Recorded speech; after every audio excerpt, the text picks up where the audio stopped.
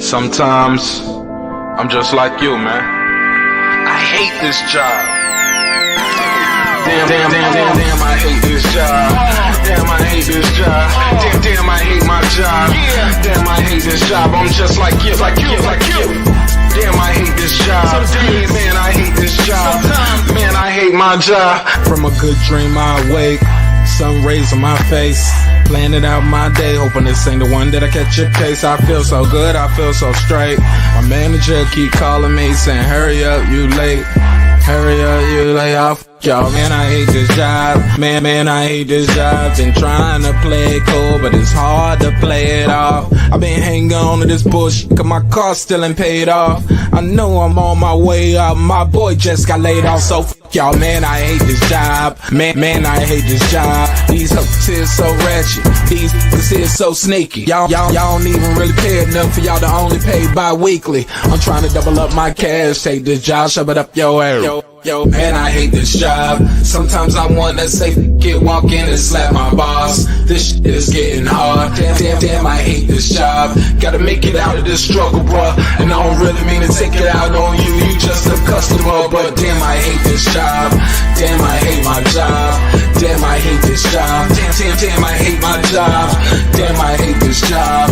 Damn, I hate this job. Damn, I hate my job. Damn, I hate this job. We're the reason why your stockholders always stay afloat. Yet I'm asking, are they hiring? Like everywhere I go, schedule will say 9, but I think it's fine if I clock in at 9:04. I work 40 hours a week plus overtime just to be bro. So y'all, man, I hate this job. Hate that I applied. So much has transpired since the day that I was high. Told me I could advance, but you were telling me lies. Gotta give your notice before I quit, but you don't say shit right before I'm fired. Damn, man, I hate this job. Sometimes I wanna say, walk in and slap my boss. This shit is getting hard. Damn, I hate this job. Gotta make it out of this struggle, bruh. And I don't really mean to take it out on you. You just a customer, but damn, I hate this job. Damn, I hate my job. Damn, I hate this job. Damn, I hate my job. Damn, I hate this job. Damn, I hate this job. Damn, I hate my job. Damn, I hate this job. You and your procedures, you and your protocol, you and your policies, none of that shit don't apply to me. You and your quotas, you and your standards, you and your 2 sick days a year. Y'all niggas bananas. Wonder why the postman's posted with hammers, going postal with Popo on camera. His wage got him enraged, stressed out, it's hard to maintain. He flips the middle, grabs his. He said, if you don't get the picture, I quit, you ain't shit, mother. Man, I hate this job. Sometimes I wanna say, walk in and slap my boss. This shit is getting hard. Damn, I hate this job. Gotta make it out of this struggle, bruh. And I don't really mean to take it out on you. You just a customer, but damn, I hate this job. Damn, I hate my job. Damn, I hate this job. Damn, I hate my job. Damn, I hate this job. Damn, I hate this job. Damn, I hate my job. Damn, I hate this job. Look, man, I hate this job. I put my pants on one leg at a time, just like you. I'm out here trying to take care of my family. Damn, I hate this job. It's not always glamorous, for real, but I do what I gotta do for me and mine, you know? Damn, I hate this job. Damn, I hate my job. Damn, I hate this job. Damn, I hate my job. Damn, I hate this job. Damn, I hate this job. Damn, I hate my job. Damn, I hate this job. Damn, I hate this job. Damn, I hate this job. Damn, I hate my job. Damn, I hate this job. I'm just like you, nigga. Damn, I hate this job. Man, I hate this job. Man, I hate my job.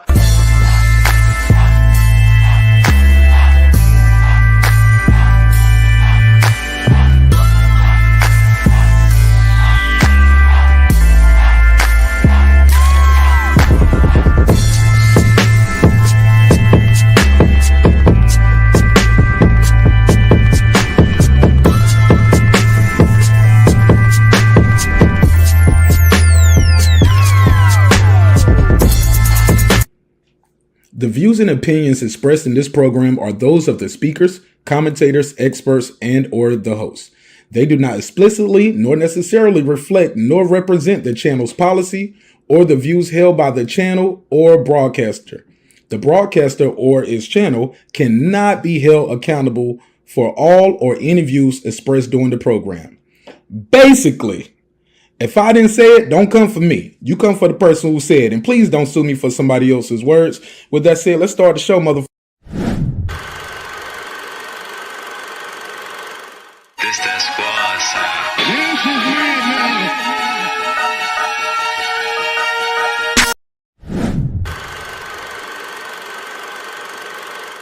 This that squad sound.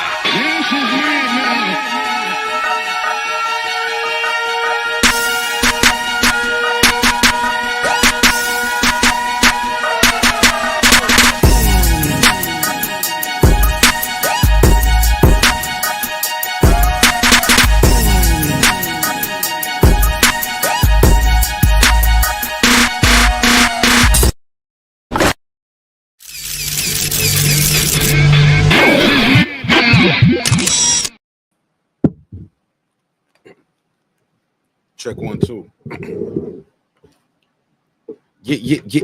Yeah. What up? What up, though? What's popping? What's happening? These black men are not here tonight to be played with.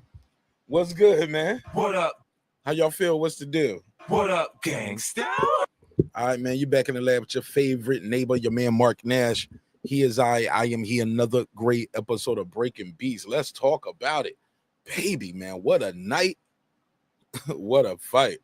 Actually, was several good fights on tonight, but y'all know I'm not going to bury the lead. We're going to jump right in. We're going to talk about this main event. Shout out to everybody who's here early. What up? Everybody who'll watch the replay. What up, gangsta? Bro, what went down tonight, man? Let me start off by saying congratulations to Boots Ennis and Karen for putting on a good fight, a very competitive fight. What up? Yeah, shit. Let me give him the drop.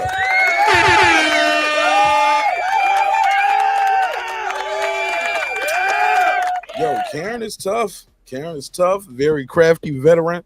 I got a survey in the chat. And it goes something like this. What is your thoughts on Boots in his performance tonight? A, he's overrated. I saw that going around a lot on Twitter. I'm gonna read some of those tweets.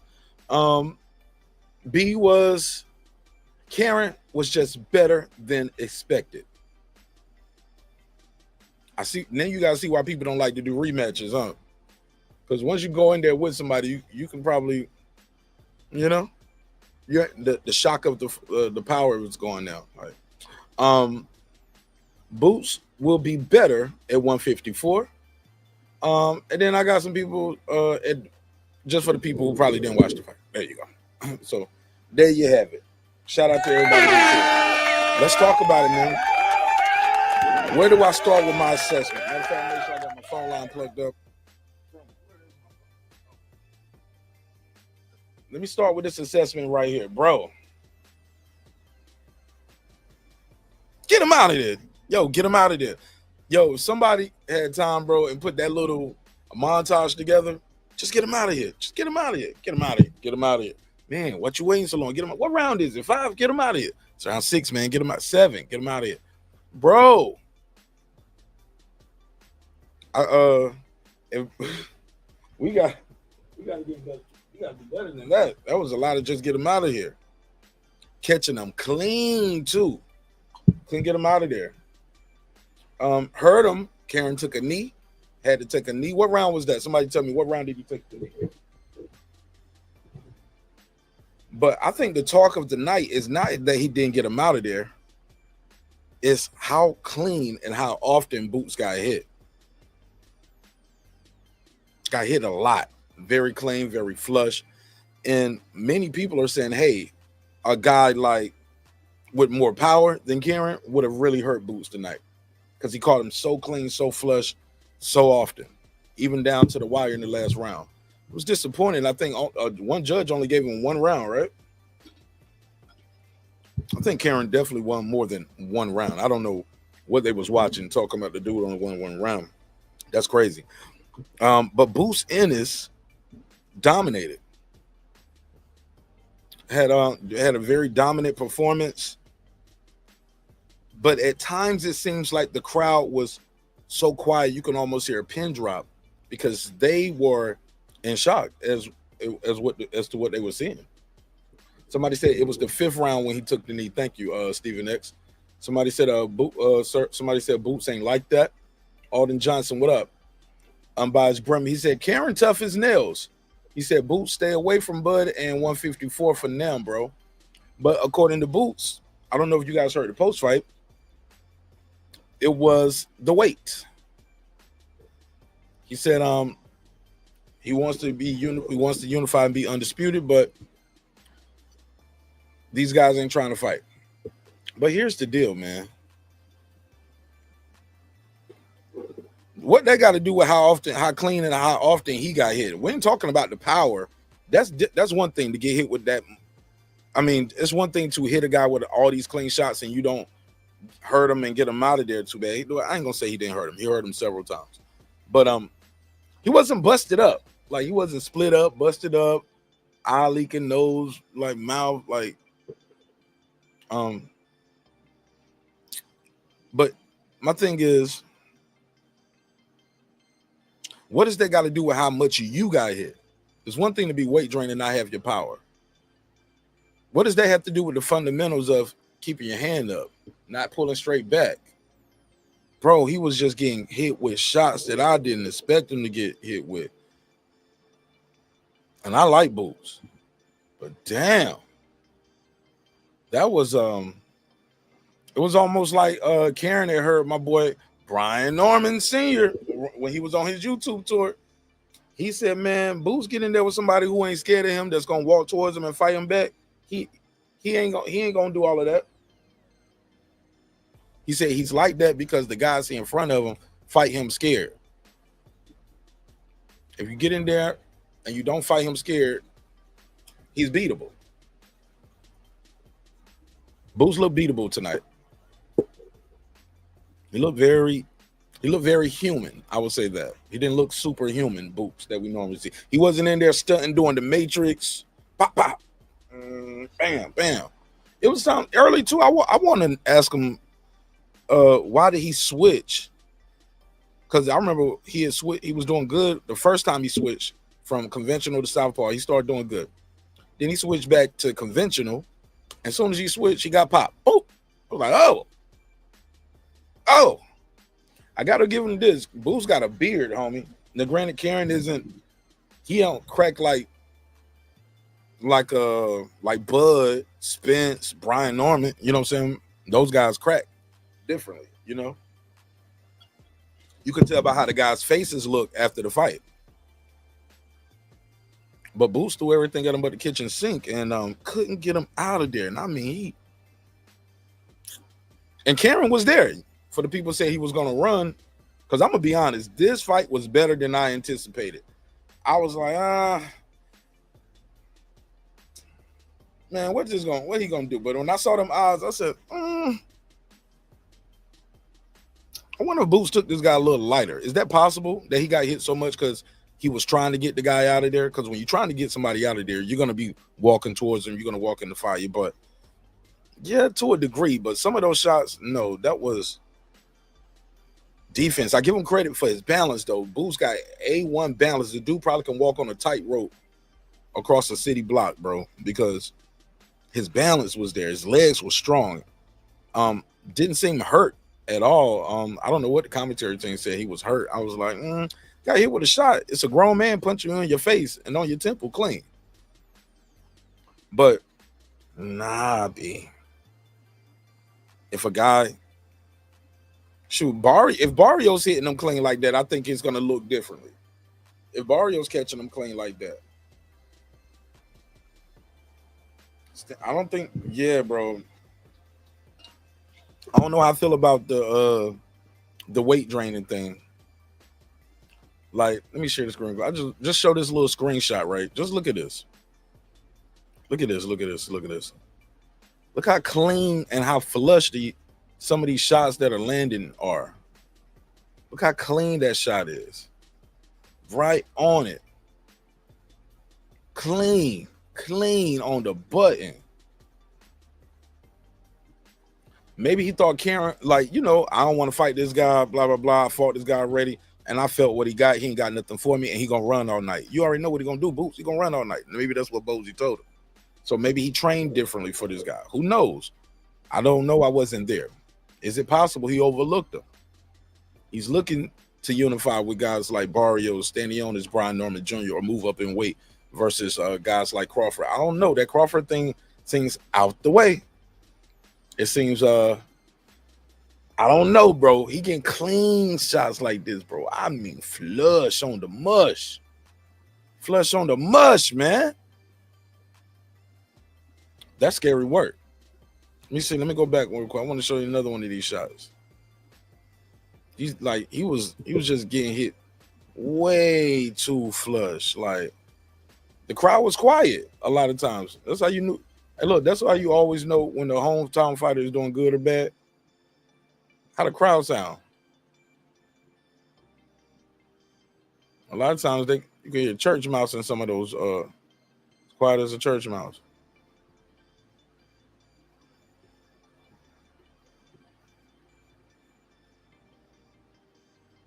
Hold on, trying to find this. Oh, that's where he took the point at for holding.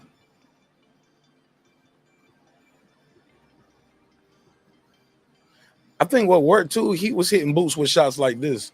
Like, it might not be on the chin, but he was just hitting him in the body. Little shots right there, hitting the arm, hitting the shoulder, hitting the chest, just touching him at times. Karen fought better. I'm gonna be honest. Like, I'm impressed with what Karen won some new fans tonight. Because people are like, man, you need to fight like that more often. Because he can get some wins. He can get some wins out here. And make an exciting fight like this. Because those shots was clean, bro. Boots got to get credit for his beard. I got to give him credit for that. Because he got hit with some clean shot. Karen gets credit too for making it 12 rounds through that. Could have packed it up. But he didn't seem like, it seemed like when he got knocked, when he took that knee and that happened, he was frustrated himself like, damn. All right, let me get together. But that uppercut was just so clean, man. Shout out to Teach. He said Karen has a lot of unpredictable punches. Yeah. And he takes those angles. He took very good angles. And there was times where he took an angle on Boots. It was like boop, boop, boop, boop. I was like, damn, 1, 2, 3, 4, just like that. Same hand too. Same hand. I don't know. Did Boots not? Y'all think it's the weight? Or is Karen just better than what we thought? Is Boots overrated? Did he look past this guy? Was it just the strategy? They didn't plan for this strategy. They planned for a guy that was gonna have to chase down, and instead he had Boots on the back foot at times. Interesting. Let's go to I mean, look at the shot. Like, these are clean shots, man. That's clean. He said Boots was smothering his own punches. Karen was doing a lot of clinching too, though. To be fair, Karen did do a lot of clinching. But no. But yeah, he definitely did some smothering, though. You're right. I give you credit for that. Boom. Hold on, let me show you this. Just this little quick sequence. The zone, don't give me no strike for this. I'll take it down. But I just want to show this quick little replay. It's a boom, off the left hook, off the jab. He didn't get his hand back quick from the jab. Got caught with the left hook. Just like that. Real quick, real easy. Didn't get that, didn't have his hand up, did a little throwaway jab, and he had the longer reach. Bam, left hook. You saw it. Watch this one, but that ain't it. Watch this. Then he comes across with this punch right here. Watch this. Bumped him up, boom. Little elbow right there on the inside. Left hook, boom. Right hand again. Oh my God! But look, they were arm punches. Those were arm punches. Landed, scoring shots. But I'm just saying, man. Rough night at the office. Talk about a damn rough night at the office, baby. That's crazy. That's crazy. T said, I knew Cameron would put gloves on Boots. Everyone ignored. He said everyone ignored how successful Cameron was with his offense in the first fight. Offense in the first fight minus the movement. Yeah. I had no, bro. I didn't. I might be one of those people, Teach. I might be one of those people because I just remember him making Boots miss a lot of times, but not really making him pay, not really seeming like he hurt him, just seeming like he was just touching him and trying to survive at times. Tonight, he looked like he was trying to hurt that man. Oh, he looked like he was trying to hurt him. And it made for an exciting fight. I don't know about y'all, but I don't have to see a knockout every time. If I see a good war like this, man, and I think a good war, it ain't, I got to be bloody like, it ain't got to look like Tim Tszyu and Fondor when I think of a war. These guys went to war in there, man. You guys was landing some clean flush shots. They're going to feel that. They're going to feel that. T said, this is America's at 29 KOs. Who's he fighting? See? I feel you. T said, in the first fight, correction. I know what you meant. It's all good. Brim said, Boots wasn't looking, Boots wasn't taking that step back to create space he needed. Interesting. He wasn't fainting either. There was times he wasn't getting his head off the line. It was things like that. Where he would normally be the guy taking the angles, Karen was the guy taking most of the angles. I think they got thrown off with the strategy, bro. I think the strategy kind of threw him off. I don't think they expected him to come like that. Pause. Brian Norman Sr., what up? Hello, sir. Can I get a spot at the table? Oh, man. Welcome home. How you feel, bro?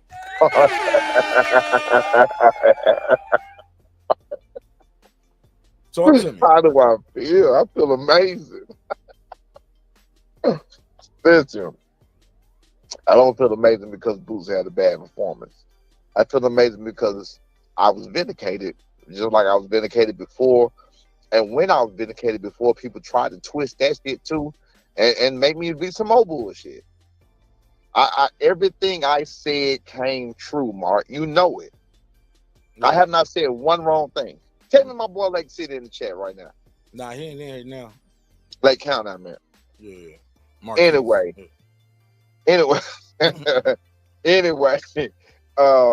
Everything I told you, bro. I told you what it was. Now, let's talk about this power situation.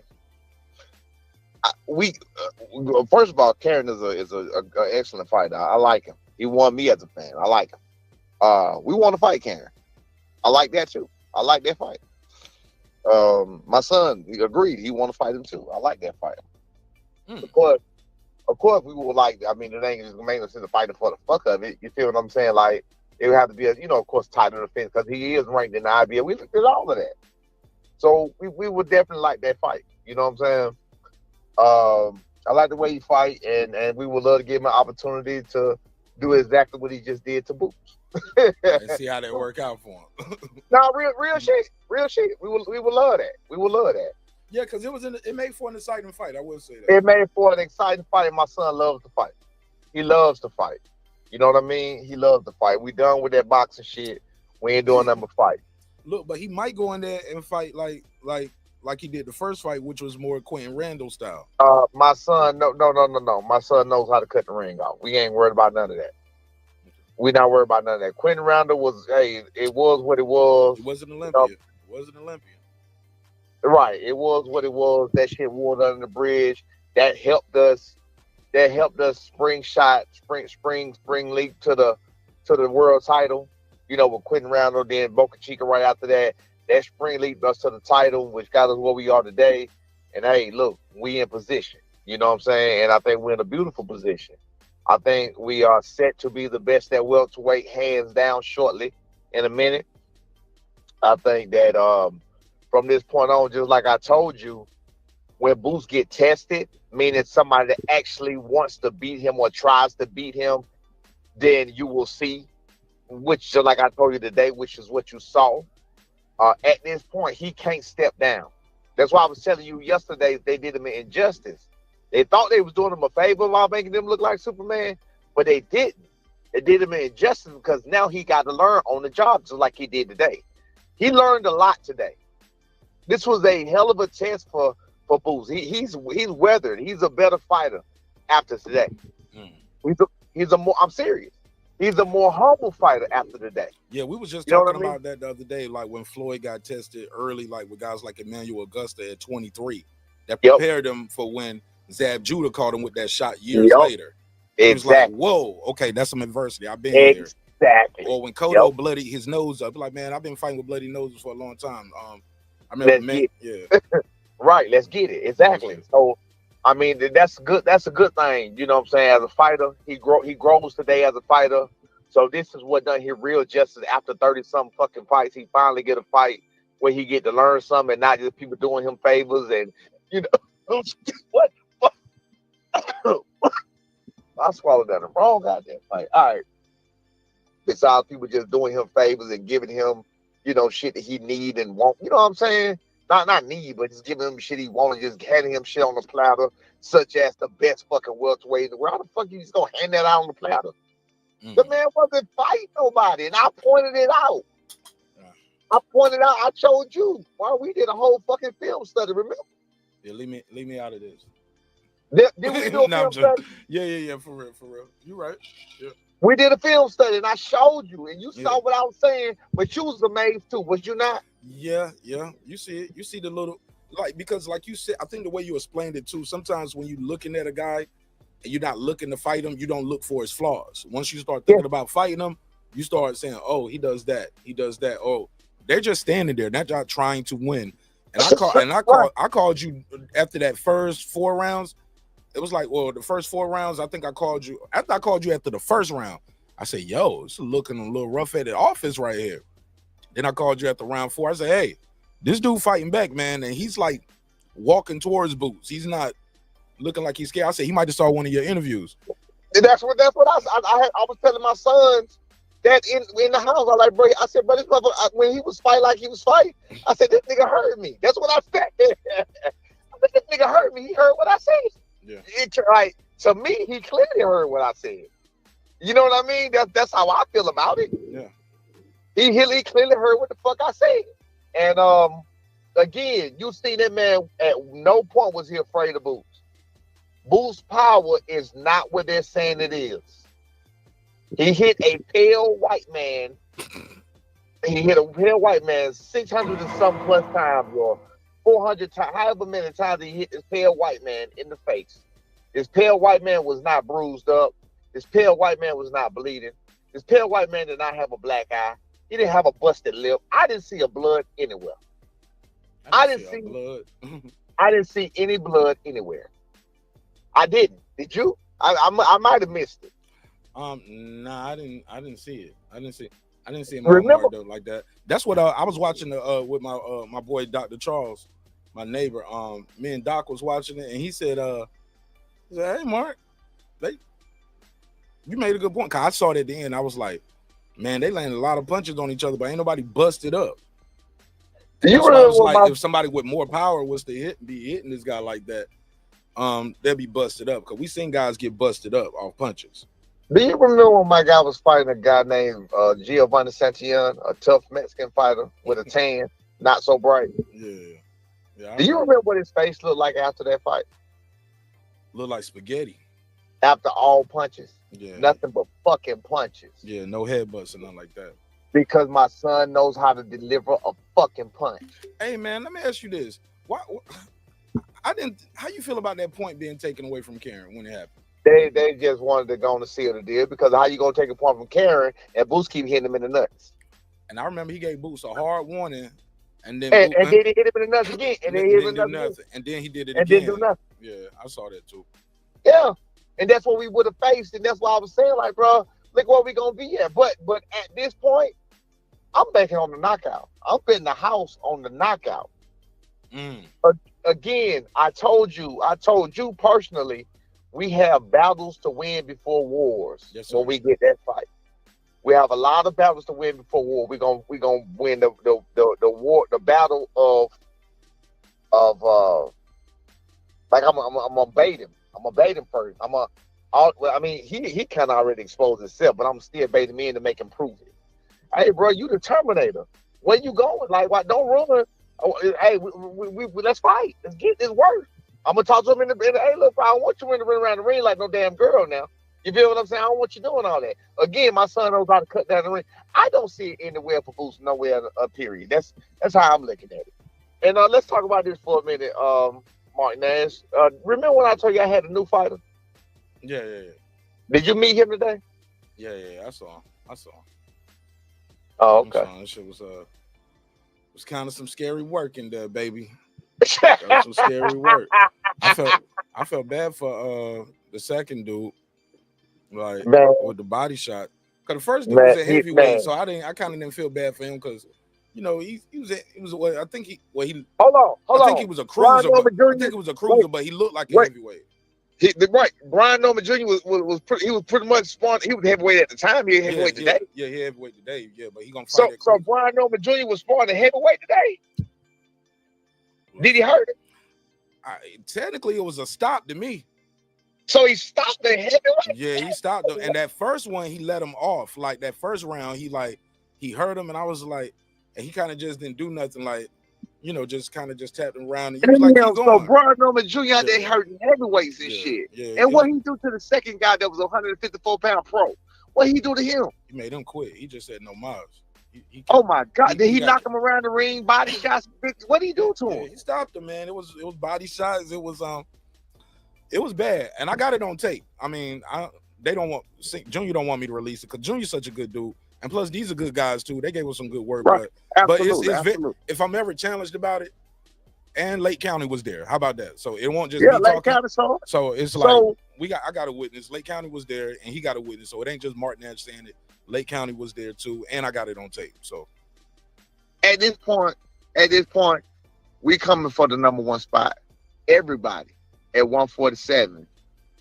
I was talking like I was talking last night, just on this very channel when I was talking with you, sitting in the exact same spot I'm sitting in right now. I must tell you, I'm so serious. I was sitting in the exact same spot talking to you last night, and I said I don't talk greasy. I say, look, we're looking to be the best. We're looking to be this. We're looking to be that. They trying to pin Boots as the best, and Boots ain't the best. We can definitely beat that. I am more because I will admit that I was unsure. I had a little uncertainty where I can, you know me, like, you know, uncertainty. That's why I wasn't just gonna be like, nah, man, we'll fuck him up. We'll do this. That's why I wasn't saying all that until now. Hey, look, I ain't showing homie face on this. You can just see his back, and you see B just standing there, and you see him still just holding his body. The dude just laid. I can't. The audience see it. The audience see it. They see him just on the ground. Which one are you talking about? The second one? Yeah, just like yeah. Oh yeah, But I found a spot where you can't see his face or his tattoo, so you don't know who he is. Because out of respect for the team and the gym. But, that guy was a heavier pro too, right? Yeah, he fought 154 and pro. Yeah. His dad is a professional fighter too, right? And they undefeated. We ain't got to keep going, man. We ain't got to do him like that because I'm gonna get him on the show. I'm gonna get him on the show, and when I interview him, I let him bring it up. No, don't let him bring that up. Let him have that. Don't do that. Don't do that. Don't do that. Don't do that. No, you don't do that to no fighter. Don't do that. Come on, man. But he might bring it up. He might not. Who knows? He's not gonna bring that up. No fighter want to do that. He up and coming. Oh yeah. He young. He's 21. 21. So leave it alone. So why you keep going on it? Talk about it. You give him you just bring it on the shit. I ain't say nothing about his dad though being a pro fighter. You breaking it down too much. Oh, nobody know him. Okay, fair enough. All right, cool. Yeah, I was just trying to, put my points out there. Put my, how you put your pin notes and your, and your pointers and your, you feel me? Yeah, you put that shit out there like, hey, look, I said this, I said that. Let's cross this line, dot this line, change the line. By the will of God and everything go right, bro.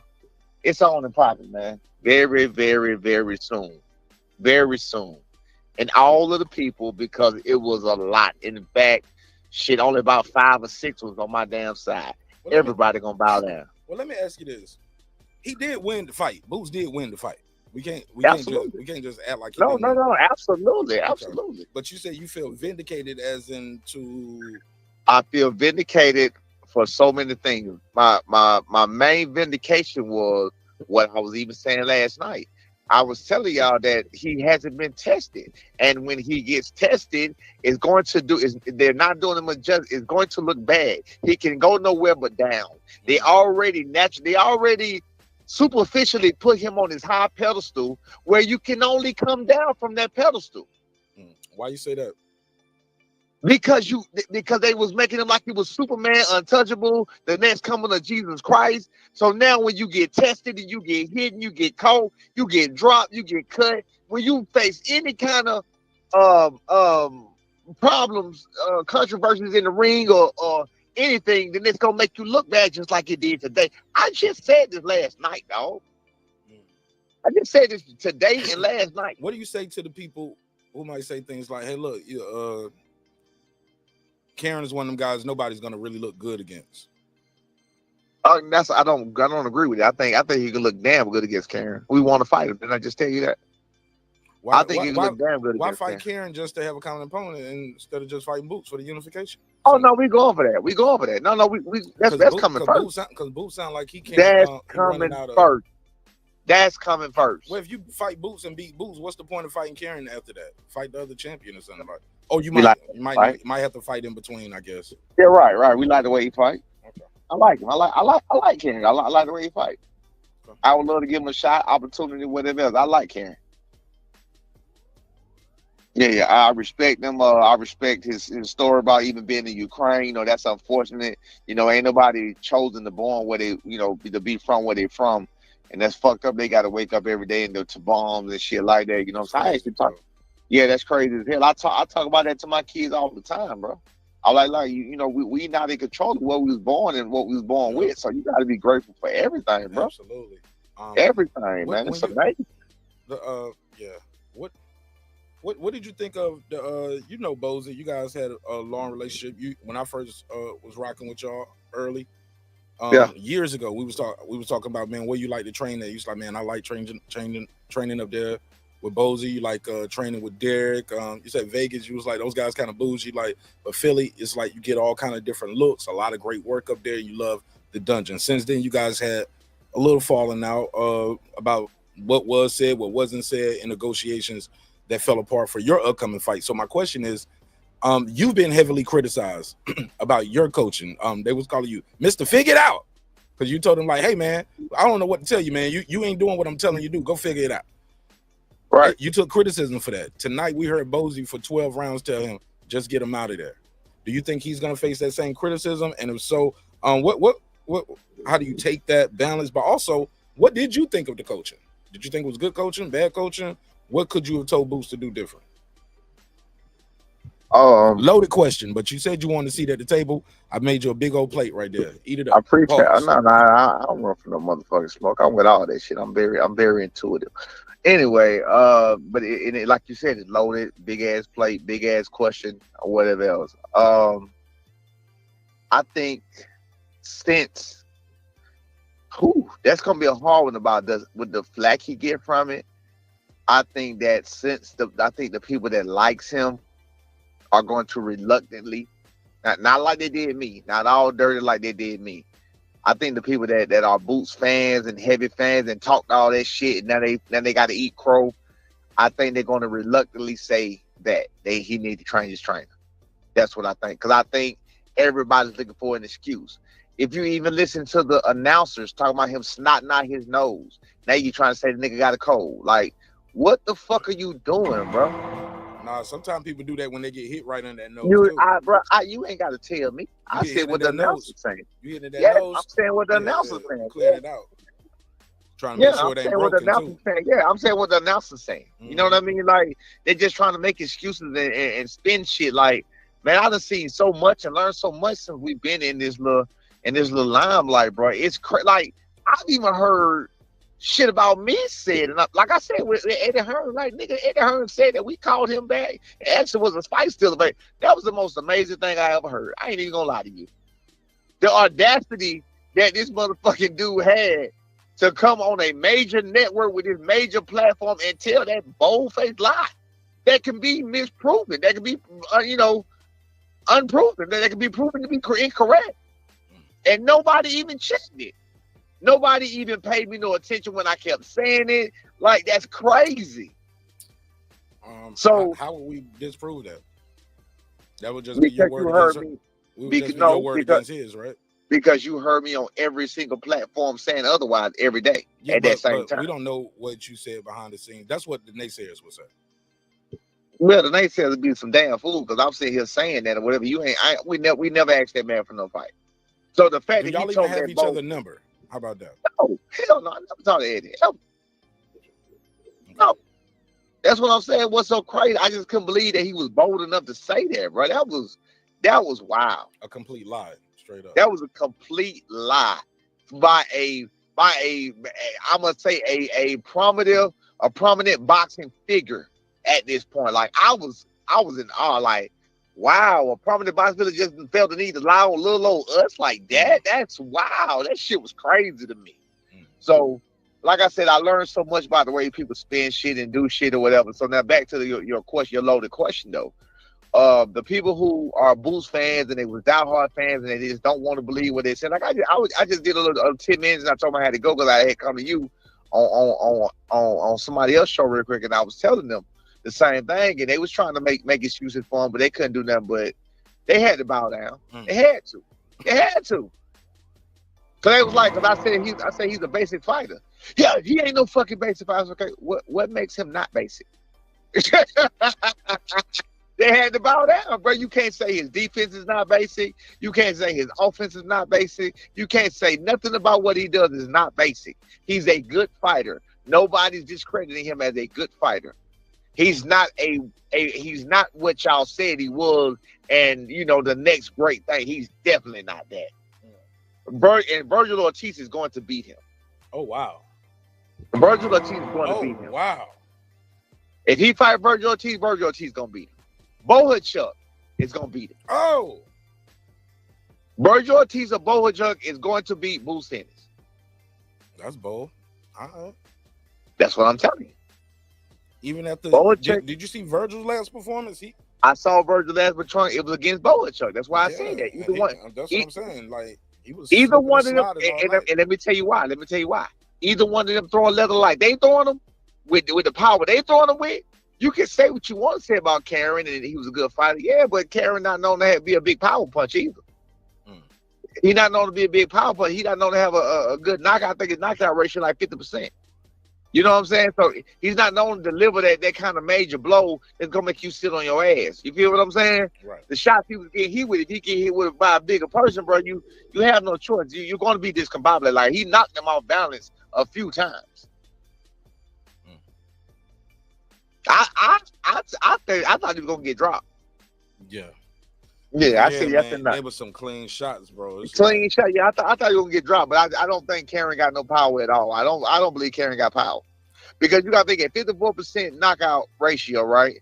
And then depending on how they build a fighter, your first 10, 12 fights. Most of those are early in the career. Yeah. Are early in the career, and it's against nobody. So it's like how you looking at that. You know what I mean? Right. Come on, bro. I know the game. I know the game in and out. I ain't hiding from the game. I ain't hiding from nothing. Ain't no smoking mirrors around here. Yes, I'm gonna tell you the good. You know me. I tell you the good, the bad, and the ugly. Yeah, that's why I rock with you, bro. We was talking about that today, man. You crack jokes on me, I crack jokes on you. We talk like regular people. We don't gotta do no glazing to kick it with me, bro. You ain't gotta glaze me. No, not at all. That's why I like about y'all too. We ain't gotta do no glazing. The good. It's the good, the bad, the ugly, man. So peep this though. So, what did you think of Bosey's coaching? Like, he kept saying, just get him out of here, man. Get this guy out of here. Do you think he should have been giving him more advice? And if so, what advice would you have gave him? I mean, me being a father, and me having understanding for a father, and me knowing Bosey, I gotta take that a little personal. And I still fuck with Bosey. I do. I think he's a good guy. Yeah. I think he's a good guy that want to see his son succeed. Bosey box. Both of his sons box at the same time. I box. He got sons my age.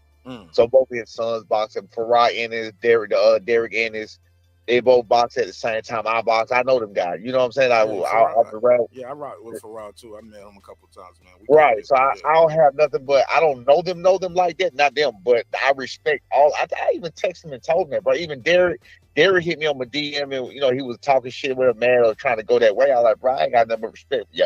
Like, I'm not even finna go there with you. You feel what I'm saying? Because that ain't even what it's about. I got nothing but respect for their family and what they got going on. I was just trying to dismiss all the bullshit. That's all I was doing. You feel me? So, hold on one second now. I was just trying to dismiss all the bullshit, bro. And so like I said, I don't have no problem with that. But I'm gonna say this. So I got a little empathy. Empathy is the word I'm looking for. There you go. I got a lot of empathy for what was going on. I think what it was more so frustration from Bozy. I think he was frustrated. He was frustrated with Boo's performance. He was frustrated with Boo's performance and what Boo's had going on and what Boo's was doing. And I think he was just out of whack and out of character, just wasn't in his right mind. That's all. It happens, man. Just like a boss can have a bad night and off night, a coach can too. Fair enough. What about what advice would you have given Boots based off what you were seeing in the ring, if you was in his corner? I would have told him to set him up more.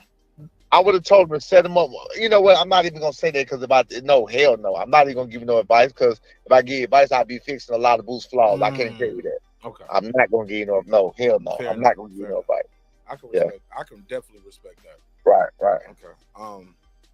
Hey, cause it sounds like that boy heard me talking. Karen. It sounds like Karen heard me talking. Bro. I agree. Or maybe they just went back and looked at that tape and was like, man, and came up with the same thing. Like, yeah. Halo, and looked at those same fights, but also looked at his performance like, man, I can do better than this. Hey, look, this guy is not getting his hand back up. I can hit him with a left hook. Yes. And Boots got hit with that left hook all either night. they heard me, or they looked at the tapes and did the exact same thing I did and came up with the exact same situation, came up with the exact same shit that I came up with. You know what I'm saying? But yeah, they damn sure went together though. He just didn't have the power. He just didn't have the power to do it. Yeah. Karen didn't have the power to make Bozy respect him, but then it's another thing you gotta look at. Make Boots respect him. Man, Boots, you're right. Boots respect, and then you gotta look at this. Boots didn't have the power to make Karen respect him either. Bro, he kept walking to him all night, didn't he? That was crazy. He didn't respect him at all. He didn't respect him. He didn't respect that. It's what I told y'all. He's not a fucking Terminator. He's not. I want to play this Boots Ennis post-fight interview, and I want to hear your reaction to it. Did you hear the post-fight interview and what he had to say? I did not. I was gonna go look at it later. Look, we about to do it right now. I want you to hear it. You talking about in the ring or after? In the ring. Oh yeah, no, I heard that. Okay, well, let me play it for the people who didn't hear, and I want you to react to it for us. Because he mentioned the weight and talking about going up to 154. Well, Boots, congratulations. 2 fights against Chukhadzhyan, but 2 very different types of fights. What'd you think of your performance tonight? My performance was okay. I don't know, man. I think it might be time to go to 54, yo. Did you feel differently? I felt good, but I just, I feel like at 54, I'm gonna be way better, and my pop gonna be high. Let's stop right there. Give me your reaction to that first part of it. I think at 54, I'm gonna be way better, and my basically my pop is gonna be better. I'm gonna have more strength. Do you think that's the reason why he couldn't hurt the guy and get him out of there? Nah, I can't believe that they spending it like that, man. He was just a Terminator. If you listen to any other interview, I listen to Boots interviews. If you listen to any other interview, Boots said Boots don't have a problem making 147. You hear people talking about how big Boots is. Boots ain't that big. Boots is not 5'10". Boots is 5'9". Boots is me and your height, standing eye to eye to me and you. You feel what I'm saying? I'm a little taller than Boots. I got a picture with Boots. I'm a little taller than him. Right. He ain't 5'10" though. And I had on some slides, yeah. And how tall are you? I'm 6 feet. He ain't 5'10". Nah, he's not. He not 5'10". He 5'9". He my height. So he my height. He ain't that big. He's not that big of a person. Like, He says in all his interviews he don't have no problem making weight. You've never heard of him make a problem having weight. When you see him, he don't look like a skeleton like Devin Haney used to do. Like, people are making these excuses and they come up with these spins and narratives that the fighters are not even coming up with.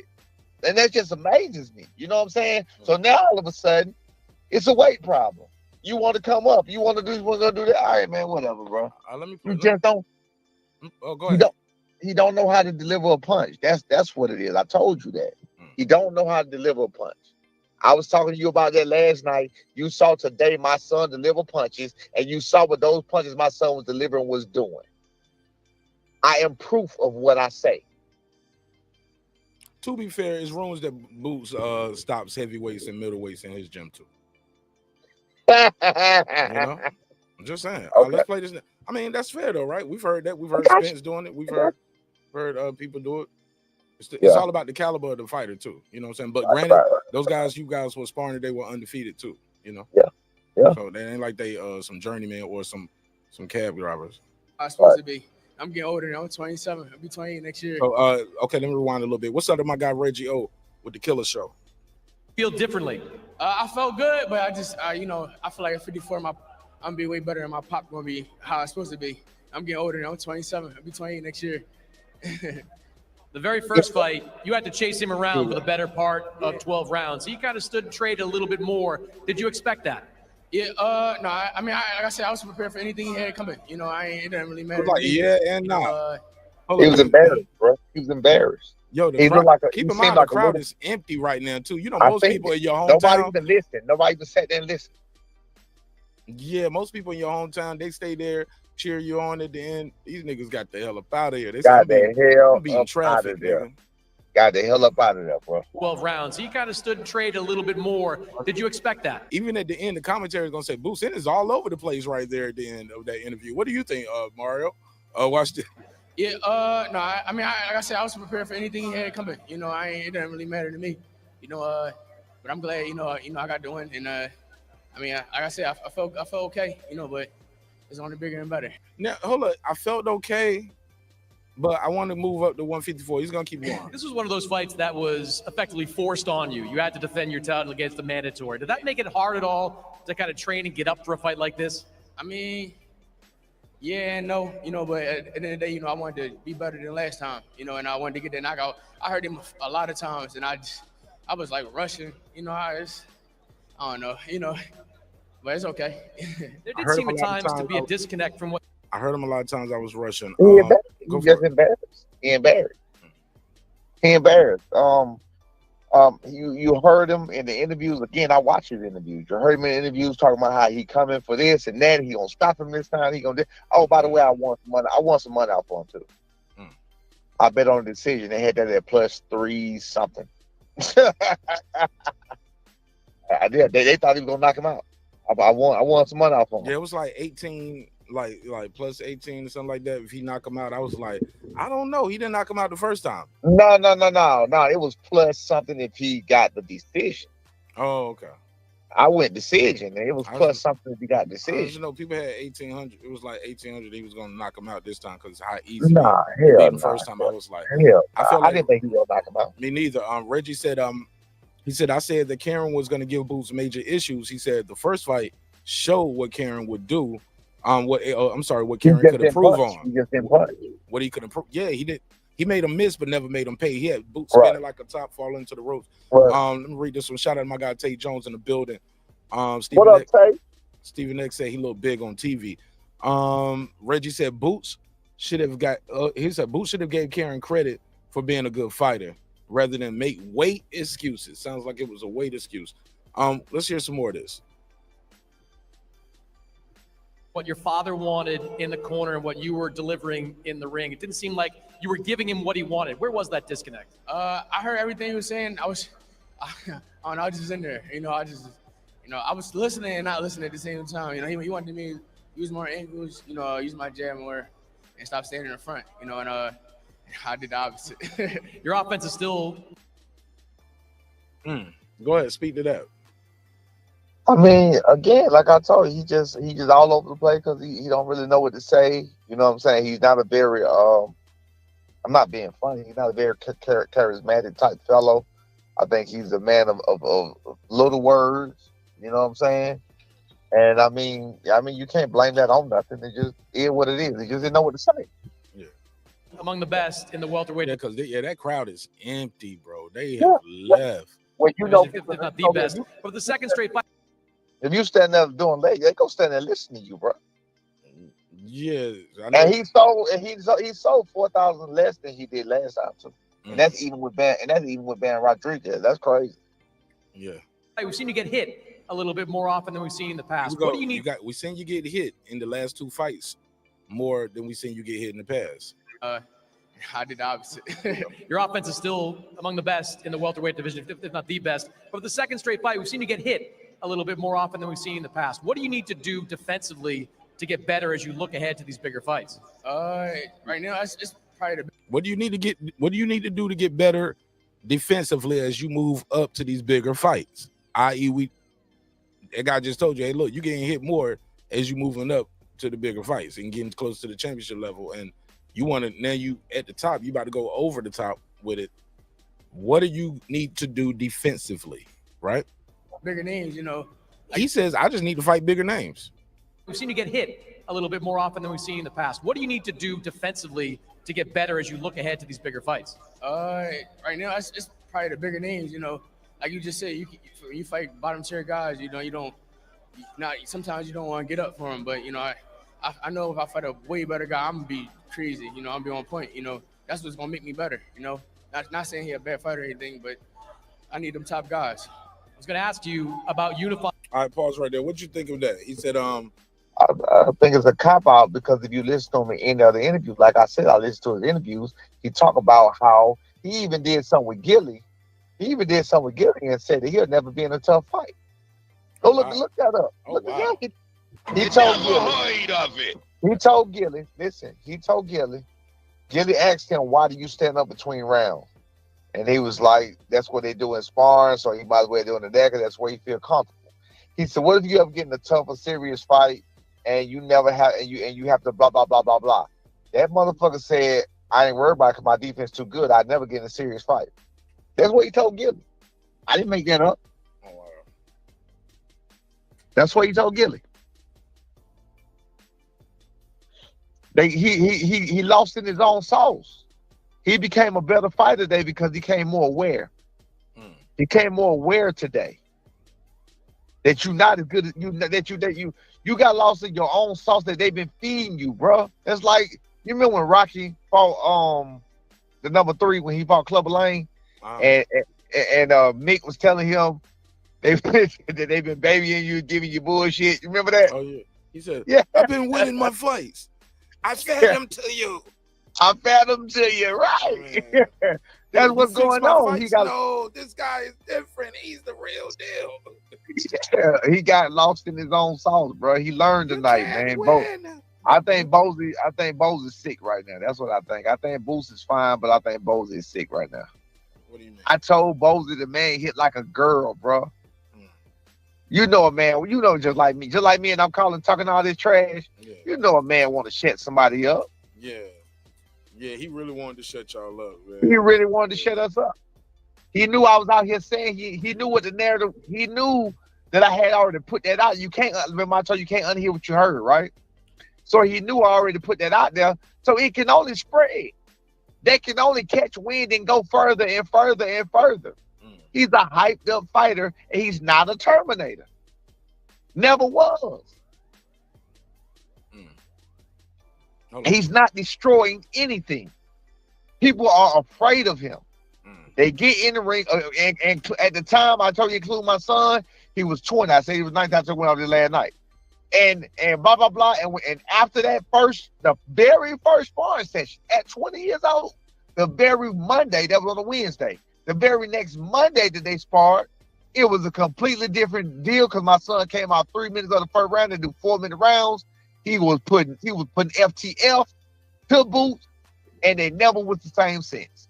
Nothing but respect from that point on, and that's through 6 or 7 different sparring sessions, and it was just the most lackluster in the gym. Swear to God, I have no reason to lie, except for the last one the very last one before Quentin Round or whatever else, and my son put FTF again at the last bit of the last round.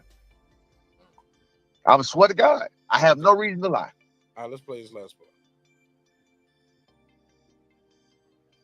Buying these titles, but it sounds like you're ready to get out of 147. No, I mean, You say you want these titles, but you sound like you're ready to get out of 147. not saying he's a bad fighter or anything, but I need them top guys. I was going to ask you about unifying these titles, but it sounds like you're ready to get out of 147. No, I mean, if we can get one of these guys, man, stop playing, yeah, let's make it happen, you know. But if not, man, 54, here I come. You know, this is the second straight time you've fought here in Philadelphia. For the second straight time, this crowd has shown out for you. You know, big crowds here. They didn't say sold out crowd, did it? It was 14. It was 14-5 last time. It was 10 this time. To support you, what does it mean to you to? And that was with Ban Rodriguez. It was 10 this time, and that's with Ban Rodriguez. I got a question for you, and that's just so you know, I looked at the ticket price. They said $50 tickets and everything, because them tickets wasn't that high. The highest ticket was $600 on the floor. I looked. I didn't see none. From what I was looking at, they was 600. But anyway, what was I about to say? Oh, what? Who do you think he can beat at 154? That's my question for you. What top guy you think he'd beat Magic? How you think he'd do against Magic? I think he'd beat Tim Tszyu. Yeah. He would. I think he'd beat Tim Tszyu. I think he would definitely beat Tim Tszyu. I think he could probably beat Lupin. Okay, that's Brian solid. Mendoza. Yeah, that's solid. Okay. I was about to say the top guy, but Tim Tszyu was the top guy, whatever. So let me be more specific. Do you think he'll beat Tim Tszyu? I don't think he'll beat my dream off. No, I don't know. He won't beat. I don't think he'll beat him. I think he get knocked out by him. The guy that just beat my dream off. The guy that just beat Tszyu. I think he'll knock Boots out. That boy was cracking. He cracking. He cracking. And again, I told B in the first thing, when y'all go back and watch this fight, anybody listening, go back and watch this fight.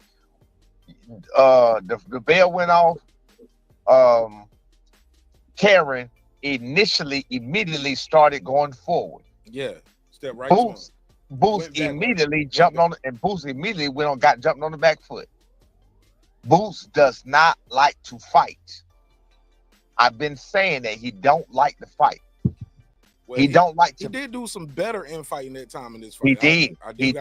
But he had to. But he was forced. And that's why I said he learned. And that's why I say he grew. He learned a lot about himself. That's why I said that. Yeah. Initially, before this, he does not like to fight. He don't want to be in a fight. He don't like to get hit.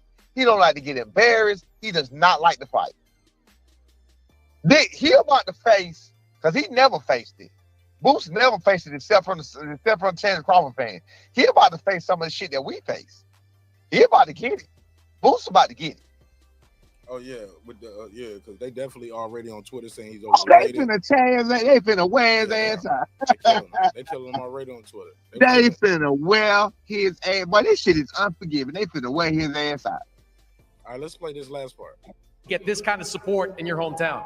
I mean, everything. I appreciate everybody that came to support, you know, even though it wasn't about 10 niggas still in the crowd. A top guy, you know. I appreciate every last one of you guys that came out. You know, your hometown, when you get to this part, everybody go crazy. Yeah. Hold on. Hey, look, you tell them where the after party gonna be at. Hold on. This shit is like, man, I'm going home. What's up? You said, hold on, you got another call? Yeah. All right. Yeah, I'm here. No, he was like, yo, I appreciate everybody coming out. It's about like 10 motherfuckers in it, like, I'm like, yeah, man, we still here. Usually the crowd is your hometown. The crowd is packed, and you like, hey, the after party gonna be at Nipsey's, right there by Martin and Gina house. Yeah, man, we gonna be right there. Shit was like dead quiet, like, nah, nigga, we trying to beat traffic. Yeah, we going home. That's what they was like. They was not trying to go to no after party. Right. It was studying with shit. Yeah, here you go. Every time I fight here, it's gonna get bigger. You've said that 154 is a popping division. It certainly is deep, really 1 to 15. If you could move up next year and challenge anybody, who would it be? Anybody. Say the names. Anybody. Hey, to make your point. Yeah, because he was. He said, You know, my fight here is gonna get bigger and better. You know, and hopefully we bring a big name here. You know, either we come for the rest of these belts, or we're going to 54.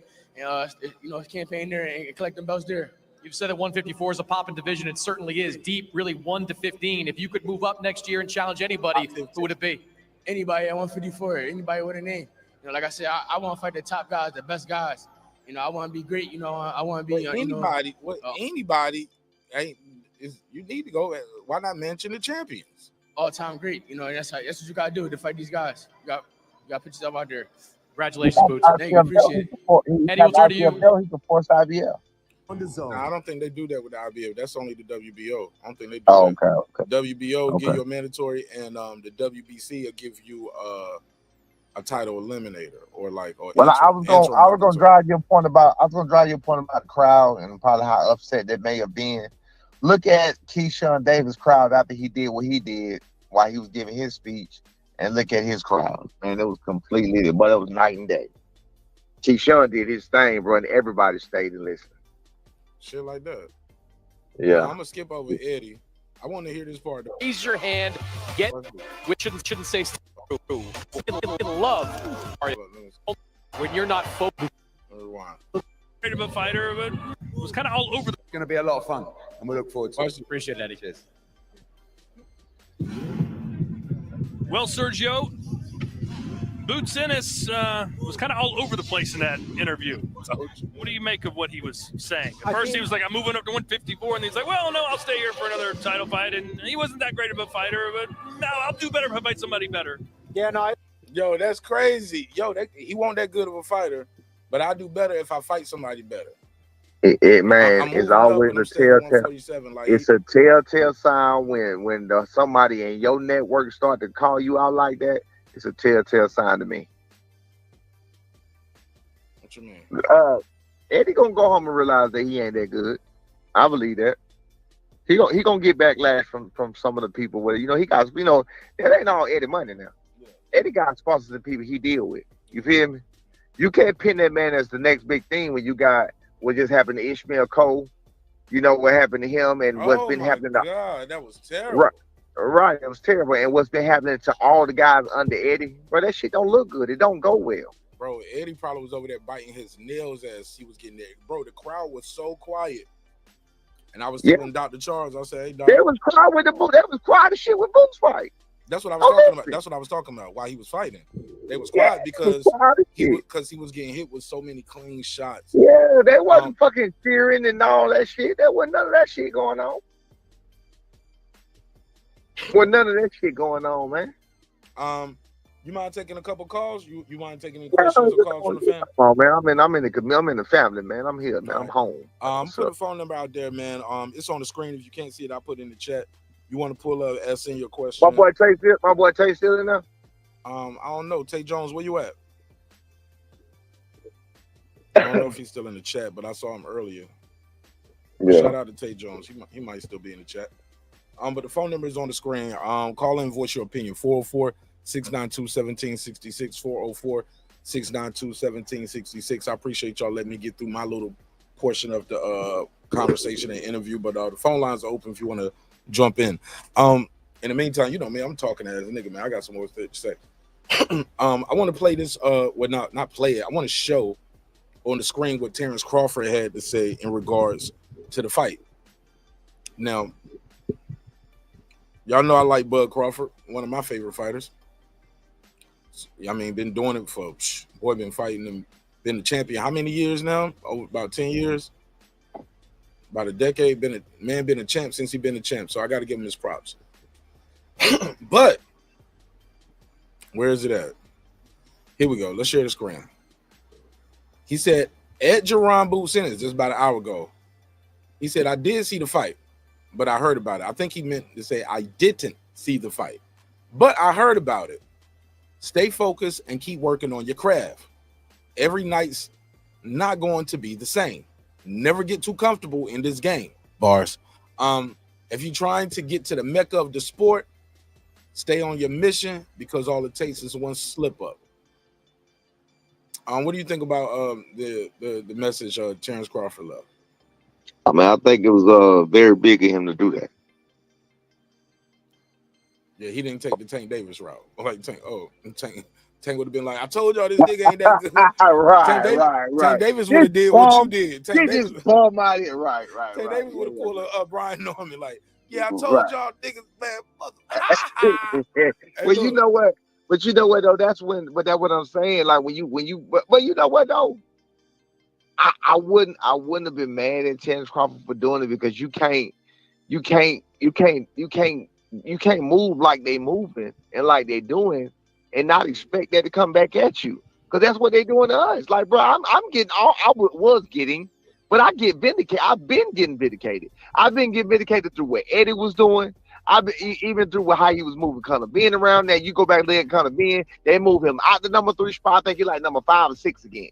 They moving Connor being around like he a fucking checker piece. Yo, hold on. Let me speak on that real quick, yo. Yo, they out here telling people Conor Ben is cleared. I was like, what you mean he cleared? He been suspended for 2 years. Right. That's about the amount of time you're supposed to get. 2 years. That's like, how do you say I'm vindicated and I'm cleared after 2 years when your suspension was 2 years? No, you're cleared to fight again. Your suspension is up. What are they talking about? I don't know, man. I would ask somebody, if you got cleared, what was the evidence that was presented to finally clear your name? No. It's not clear. They probably just I know what that means, but he's out here saying I feel vindicated. He doing interviews, after years, people calling me a cheat. I'm back and I'm glad that's over he with. said he feel vindicated. Yeah, shit like that. You ain't see the Conor Ben interview tonight? I had walked off. I walked off. Conor Ben out here acting like he wanted the Central Park 5. Hey man, listen. Hey man, we want that. We want boots. Bro, listen to me. I feel so empowered tonight. I don't disagree with you on that. I don't think there's no place to get no drug cheat, no shot. You know how like that girl who treated Franchon Cruz and all the female bosses in and around the division just said, we're not fighting you. Right. You know what I'm saying? The managers, promoters, nobody said you fighting. And basically she was forcing, what's her name, Jimenez? Because she got caught with the PEDs, but it was like, I think she had the hormone shit. He was like, yo, that was for, remember, I ain't saying that Franchon Cruz said it. She was like, bitch, and that man. Man, I'm fighting a fucking man. You know what I'm saying? That was the night they had to cut Franchon Cruz ponytail off. Then it took forever for the WBC to give her back her belt. Even after that, like, it was crazy. But yeah, so that's how I feel, bro. If you're a drug cheat and we find out you're a drug cheat, you're done. Right. Yeah, absolutely. This ain't baseball. There ain't no 3 strikes, you're out. Like, nah, man. Especially if it's like, yo, you did a delivery. Like, Big Baby Miller would never fight none of my fighters. Right. Not me. Like, he's a habitual. Like, how many times he got caught? What, 2, 3 times? Come on. Yeah. Man. And shit, his dad beat Anna Ruiz too. Come on, B. I ain't giving a guy like that. Cause yo, everybody who I know did crimes, they got better over time. They might still get caught, but later on, but you get better the more you do something illegal, bro. So you saying he's still on PED? I ain't saying he still is, but it's possible. And for me to say that, I wish you would try to sue me because nigga, I can say it's possible. You got caught what 2 or 3 times? Yeah. You a cheater. I got you. How you think as a whole, how you think it's gonna play out tomorrow? What do you think they're gonna say? What you think the masses gonna say? Because I always say if you want to know what anybody's gonna say about anything, all you have to do is read the first 10 comments. Everybody else is gonna do the same thing and echo. That's all it's gonna be. I'm so serious. They follow us. People are generally followers. So if it's he ain't got no power with. My bad. Say it again. I said, if it's he don't have no powers there, what's they gonna run with? He was weight drained. He need to move up to 154. What do you think they're gonna run with tomorrow? They running with something tomorrow. It's a couple things. One, he can't fuck with Bud. Let's stop that now. That's over with. That shit dead. That's number one. So you said the first 10, right? Right. So the first 5 or 10 is gonna be he can't mess with Bud. Leave that alone. Put a case on that. You never heard of it. They also gonna say some people are gonna say he was overrated. Right. His defense is suspect. He get hit too much. Some people are gonna say Karen is.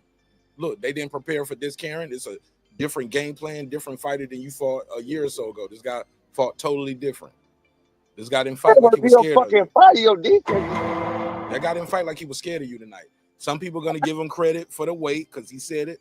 And if you're a fan, you give your fighter the benefit of the doubt. When you like somebody, you like them. Hold up. Like I always say, when somebody don't like you, you can't do no right. When they like you, you can't do no wrong. Yep. So some people are going to say, hey, yeah, man, like he said, man, he just need to go up to 154, man. He just been there too drink. They're not going to say, those same people would never get pressed and they would never answer this question. Okay, yes, he's weight drained. I get it. That explains the power.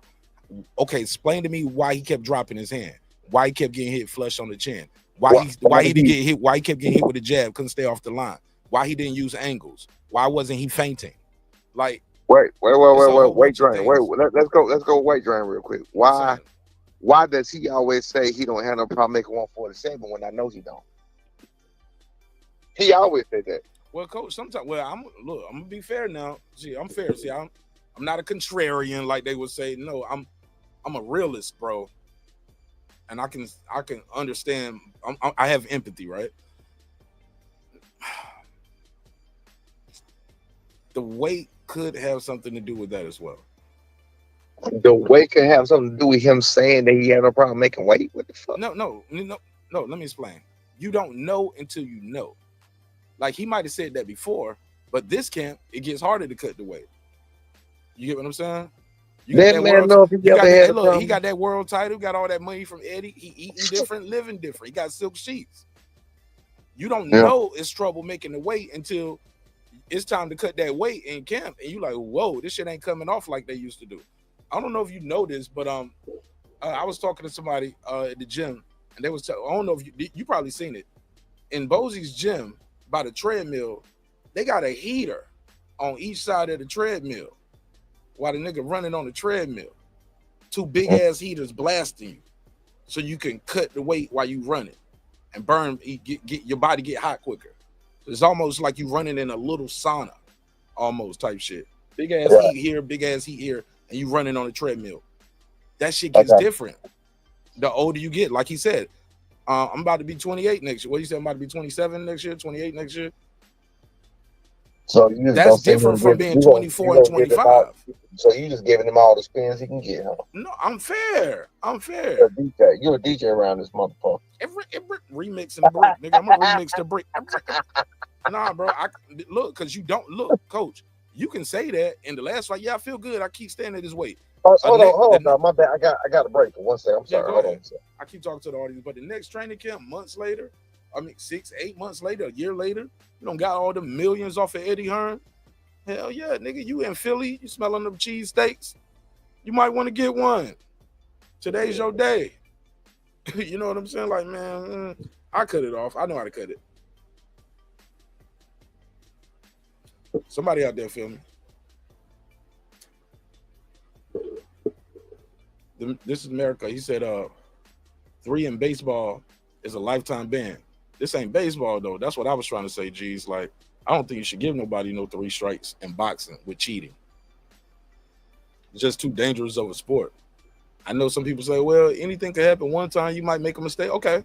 Well, one time, 3-year ban. Second time, lifetime ban. Like the penalty has to be stiffer. Like when you come back, you shouldn't even be able to fight in that division no more unless you know what I'm saying? Type shit. And when I say not allowed, I mean you can't fight in that division probably because you don't grew out the way. So, yeah, my bad, saying y'all heard y'all was still talking, my bad. But yeah, we was talking about cheating in the sport. And I was like, somebody said it's 3 strikes in baseball. I was like, the penalties in boxing got to be deeper and like pause, but they got to be stiffer penalties because you don't get 3 strikes.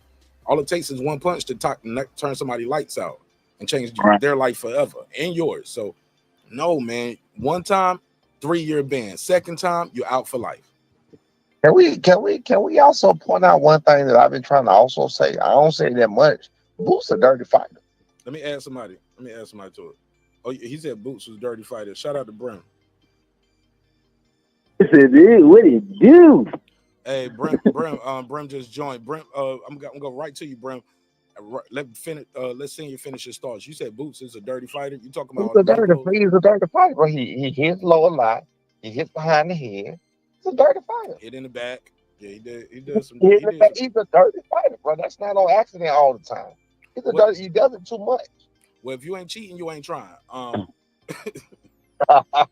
I pay 3 ways. No, look. I ain't talking about PEDs. I'm talking about it ain't no foul if the referee don't call. The referee was calling it. Oh, I'm trying to back out of it now. You said you ain't cheating, you ain't trying. Yeah, but not with PEDs. But I'm talking about little holding here and there. I was telling somebody the other day, I think it was Senior, I was like, look, somebody hit you low, you hit them back low. Somebody hit you behind the head. You said a little holding, but you hit a little holding, a little posturing. You know, what's the difference, bro? Nah, not no performance drugs, dog. No, what I'm talking about is make the ref do their job. So if Boots hit him low, homie, as soon as he hit low, boom, hit him back low. Make that refs come in and say, hey, y'all clean this shit up. Make the ref do their job. Boots lands at least 2 low blows every fight. 2. On purpose. 2. Yeah, on purpose. 2. That shit is on purpose. He does more. He said at least. He do 2 in the first quarter of a fight. He said at least. He said at least. Yeah. Nah, it's at least 4. Hey, Coach. It's Coach, 4. I want to let you know I almost had to change my name because of you, Coach. I almost had to change my name to Bias Brim.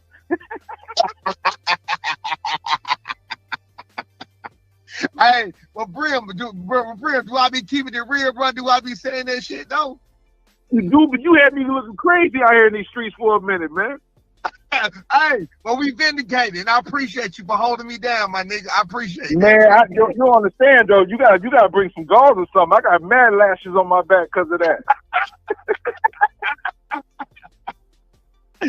I appreciate you. I appreciate all the. Hey, look, I appreciate all the 3 people that held me down.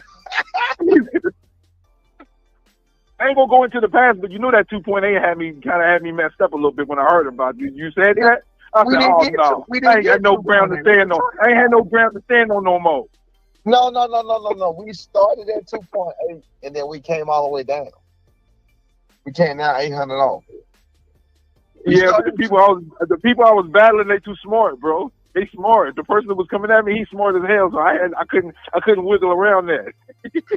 Man, I ain't worried about that, bro. It's simple. It is what it is, though. How's you doing? How's he healing up? He doing all right? Oh, he good. He ready. Hey, Mark's on today. Yeah. Mark's on my little killer today. Tell him, Mark. Yeah. He was stopping shit in there today. He stopped the heavyweight. He stopped the middleweight. And at that point, we was looking like, damn, bro. At least get some work in. Because if he stopped last, so the last guy ended, because I guess they were supposed to do 3 threes and 3s, but the first 2 guys only can do 2 rounds.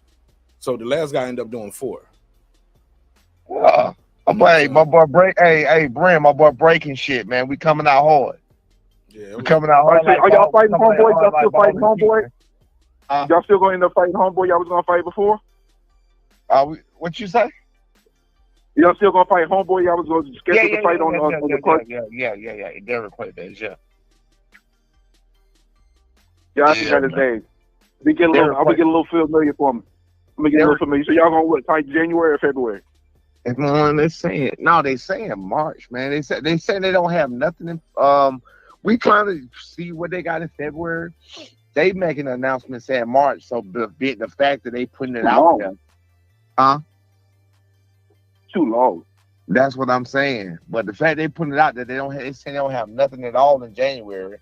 I'm not sure if they had one in February, and I think the March one is like early March, so I don't know, bro. And that's so long that it's gonna hold things up, man. It's a little too long. I mean, man. Y'all gonna do what you gotta do. I'm about to tell y'all to skip that, man. But no.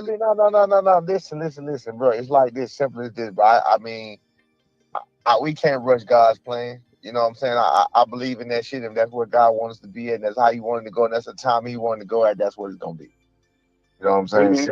Amen. Plus, I want to see him test that. I want to see him test that hand with smaller gloves, no headgear. You get what I'm saying? Like before he gets into the boots in the fight. That's me personally. You know what I'm saying? Are y'all spar with 16-ounce gloves? 16, y'all 16. Yeah, He got was 16. Yeah. He got 16s and 18s, but he used to do 16. And he was stopping dudes with the 16s today. Hey, listen, I ain't gonna say nothing. I got stopped with 16. I got stopped with 16s 5 months ago, so I ain't gonna say nothing. How old are you, bro? Of course you would. How old are you, Of course bro? you would. Get stopped How with old a are you, pillow bro? fight. No, I got stopped. No, for real. I got stopped with 16s. I was. How old are you, bro? I went born 5 months ago. I got stopped with 16s. So He don't want to answer, senior. How old are you, Brim? Huh? How old are Leave you? him alone, man. 45. 45. Nigga, you supposed to get stopped. The fuck out of here. You was supposed to stop before you fucking started, nigga. What the fuck? I was 44. I was 44 though at that time, so you know, should have had a little more in me. Did he say 44? No, I didn't say 44, boy. I was 44. He called out foodie. He called out foodie. That nigga, I was 44. Yeah, I was 44. It was fatty 4. That's what he was. Shit. Fatty 4 and a half, nigga.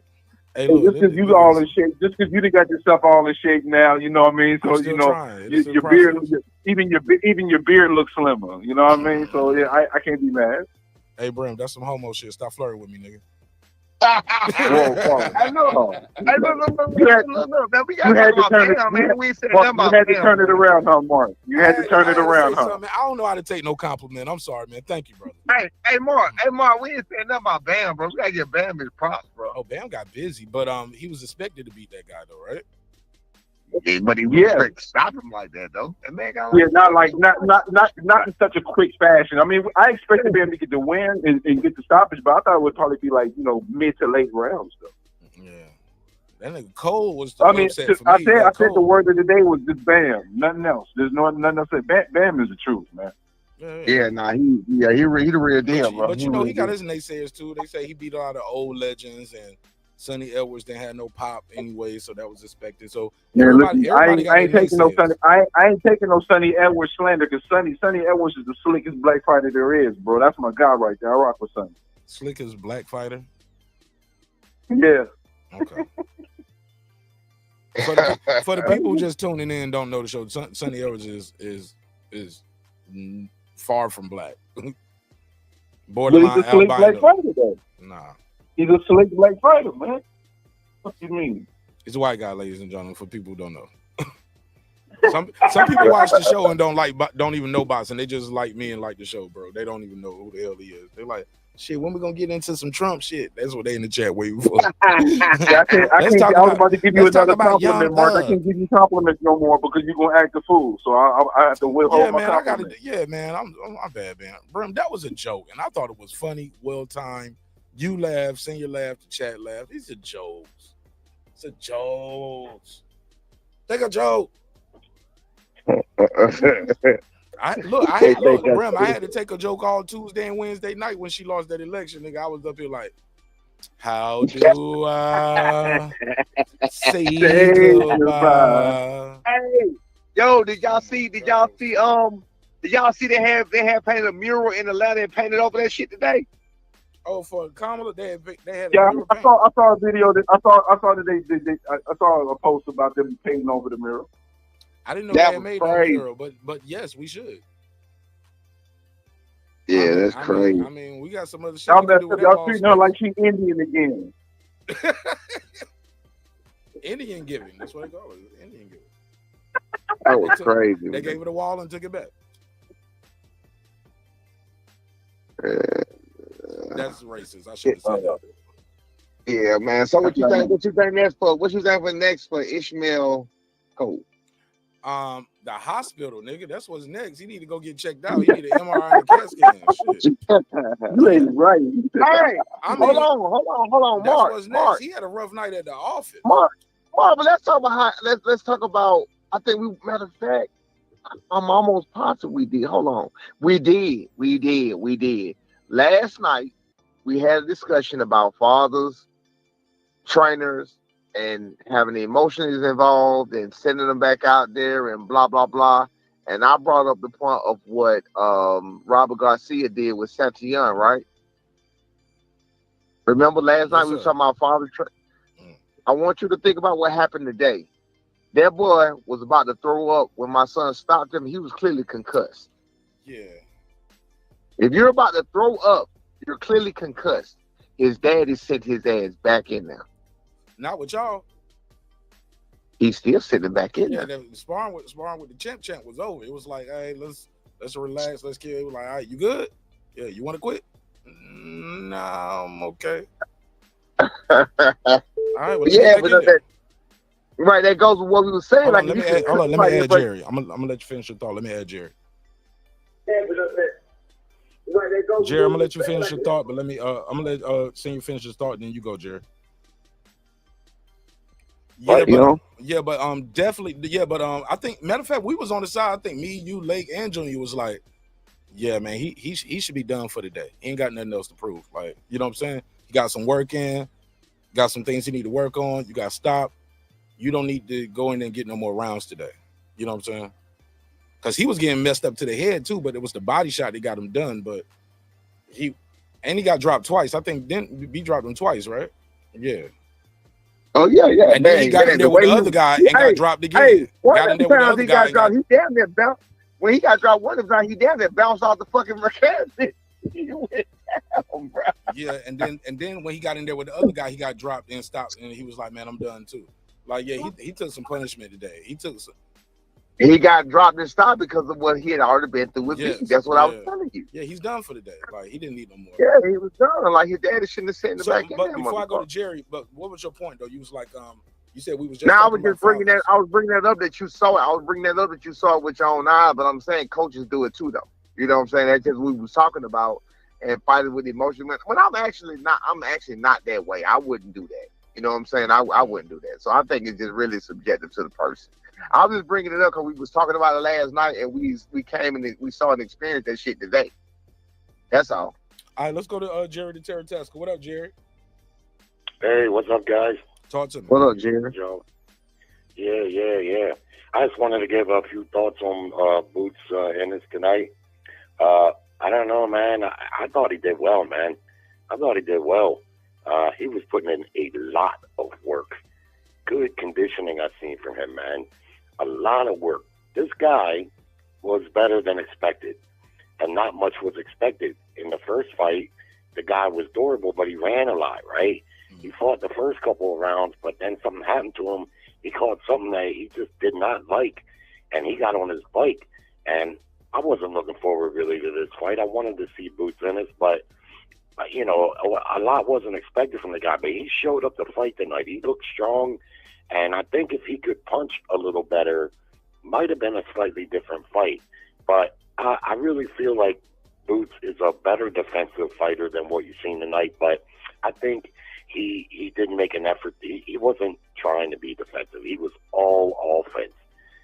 High work rate. I think people being hard on him, man. He may be getting a little too big for that weight class, as he admitted, and a little complacency might be coming in, you know, having to fight a guy that he beat easily once already and not being able to get the big fights for whatever reason. But I still think he's the goods, man. And he ain't gonna be easy. He ain't gonna be easy for nobody. Jared, can I ask you what other guy that you seen him fight that gave him any kind of test at all? Not nobody really, but he hasn't really been tested. That's what we know about him. He hasn't been able. People ain't been able to get him any marquee fights.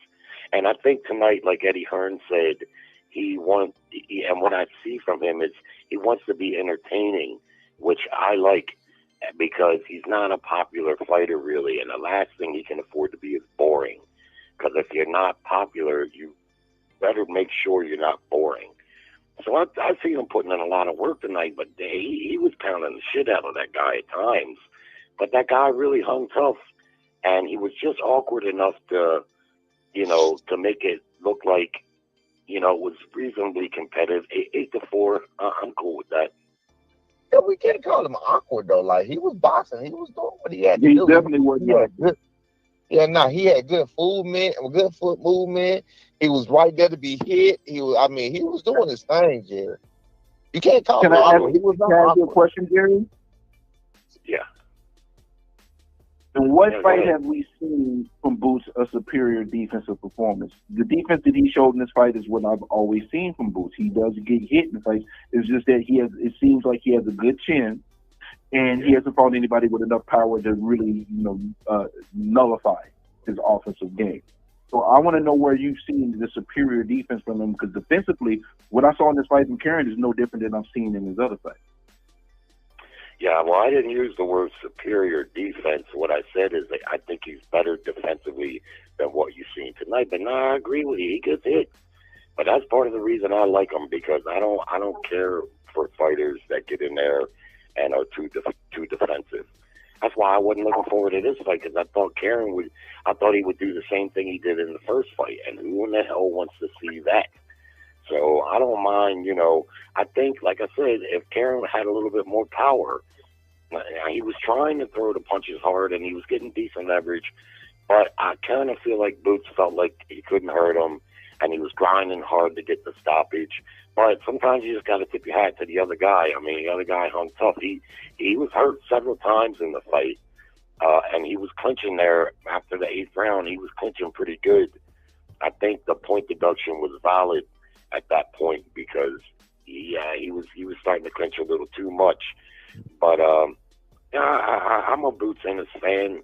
I think he's a hell of a fighter, hell of a nice guy. He's a boring dude, though. I mean, he's boring as hell outside of the ring. But like Mark has said, a lot of these fighters are cerebral types, right? They this one-on-one sport, they got to rely on themselves a lot, and not a lot of them are ultraverts, or they're introverts rather. Not all of them can be exciting in the ring and exciting and talk crap up. But Crawford's another one. He's a little boring too outside of the ring. But I still think that's a good fight. I think that Brian Norman, that's a good fight. Any of those fights, because if Boots moves up to 54, he's going to be up there with no belt, and I feel like he's avoided now. And up there, he's going to be avoided too, in my estimation. And he won't even have any leverage of even having a belt. Hey, Coach Jerry throwing a little secret shots at you on the low because he avoided. Y'all got to give me 2 seconds. I'll be right back for that. Nah, I'm not taking a shot. I've seen Brian Norman's title-winning fight. Exciting. I like his style too. He comes to fight. He's strong. That will make a great fight. I think him and Boots. I like the Boots Virgil Ortiz fight. That to me is a good crossroads fight, because I don't feel like, Virgil got tested in his last fight. You can make a case he might not have even won that fight, but he's an exciting fighter with a high work rate and good power, and I think him and Boots would make a great fight. Him and Brian, your son, another good fight. Lots of good fights to be made there. I'm hoping that it can happen, because I do believe, like he admitted tonight, he wasn't going to say too much, but he's big at 47, I think, and he might not be able to stay there much longer. But overall, good performance in my eyes. I like the fact that he was fighting the whole fight. He was digging body shots. Every time they would get on the inside, he was just working, head and body. I think that's what kind of edged the fight for him, even though it was the head shots that was catching the eye and caused him to take a knee and getting him physically hurt. That all that grinding to the body, that had to have an effect. So his body for a while. It was like a little later. I think he was really hurt to the body. I don't think Boots caught it. I think he was hurt to the body for a while. A little later. I agree. But that's all I wanted to say, Mark. Just get a few bars off. Overall, a good night. Bam Bam, he looked spectacular. A Chocolito fight. I don't know, man. I didn't know Chocolito was still fighting. I thought he retired. I think Chocolito will fight hard. He just fought. I didn't know he fought. He fought again tonight? Yeah, he was on the undercard. Oh yeah. On the he was fighting a guy moving up. The guy was moved up from he was the champ for a little while there at the weight class below. Pure probably knows who he is, what his name is. He looked like a pretty solid fighter, but Bam got him out It's of there. the second like, fight back then. Okay. Oh, you said rounds. Chocolatito. No, they were talking about Bam fighting Chocolatito. I Yeah. don't know about that. Yeah, I don't know either. I mean, he's been a hell of a warrior, but he got a lot of miles on him now, and he's older. And this kid, Bam, he looks like the goods. I mean, real goods. So good performance by him, and good performance by Boots, as far as I'm concerned. All right. All right, fellas. My man. All right. Appreciate it. Shout out to Jerry, man. Thanks for calling in. Shout out to you, Jerry. Did y'all see the post fight? Did y'all see the post fight where what's his name? Flair tried to talk about it's a big fight. Was he there? Yeah, Flair was at the post fight. Hey, no. I gotta go look. I gotta go watch that. That's all. I'm about to pull it up now. Yeah, that's what I was talking about. I gotta go watch. I'm gonna go watch that later. Flair was at the post fight asking for a fight with Boots. Yeah, he was talking about. I think Eddie Hearn and Boots was talking about fighting a big fight or something like that. I think he was trying to say he's a big fight, and Eddie Hearn kind of said something like, "No, you're not." Kind of made me laugh. Damn. I mean, Blair's an easy fight to make, and he's a name. So that's what they want. They want names on there. You know, the casual fans don't give a fuck about, who's who. Like, they didn't care about Madrid-Mall. People was picking that. David Avenigi. They was picking that David Avenigi. They was picking that Madrid-Mall. Now, all of a sudden, these people are names. When Tank hit the Garcia, like, now he's somebody. When he fought Barrios was already a guy, but Isaac Cruz got famous off a loss. Right, got famous off a loss. You know what I'm saying? Come on, bro. Shit, Rolly was nobody. Got famous off a loss, and then he beat. Still is nobody. We talking about was. No, That's still currently active. No, Rolly got a world title out of that shit. Because Don't get me started with that, Mark. Don't even. Because don't Old Boy got robbed. Even before that, he had a regular title before he had the super title. Man, that motherfucker suck. Just saying, like, he found a way. Yeah, but he won the regular title. They gave him a gift in the regular title too. He lost that fight too. I don't remember that. Who he fight for the regular? I don't remember that. Did you actually fight somebody? Somebody said, Jerry, when you dropping a mixtape, you dropping bars, so you a rapper now? MC Mega? Nah, that's something I always say on the show, Reg. I talk about letting people get their bars off. Reggie don't like Jerry using black terms like you getting bars off. So I appreciate you letting me get my bars off. Reggie was like, what the? No. Can we have something? Sorry, Mega, man. Reggie went straight back to the election, bro. We lost, Reggie. We got to let it go. And then we just got to hold Donald Trump accountable because they not. But that's a whole nother conversation. Shit, that's it for me, man. Anything else going on that y'all want to talk about? Because I still want to go to edit that story from last night when Brian Norman Sr. told us about how he got shot 4 times. What the fuck? I got Why you want to go? What are you talking about? Because that story is so crazy. Yeah, Both of them stories are so crazy. It deserved to be on a video by itself and not buried in a 5-hour live. You know what? Crazy. Like I say, all the good, the bad, or whatever, bro. I was thinking last night, man. That shit take you. Like, about PTSD, right? I know you're a vet. Was you at war with it? I got PTSD right now, certified. Man, that shit, bro, that shit. My shit kind of faded, but actually, after telling that story last night, it came back a little bit. That shit was crazy. My bad, bro. No. It's all good. But I was like, damn, bro, that shit, like, nigga, I used to watch certain shit, like, I can't even, like, and that shit was embarrassing one time, like, certain shit to come on and certain shit be having, nigga, I find myself bawling, crying. I'm talking about, nigga, noise, can't fucking stop, like, the whole 9, bro. That shit was crazy. Yeah, we ain't talk about this shit. Yeah, that shit was fucked up. Yeah, it's fucked up. It went away. Never mind. I'm not gonna make it a clip of his own shit. My bad, bro. It's all good. Take the video down. Nah, you can put the video up because I ain't gonna watch that shit. You can. Nah, man.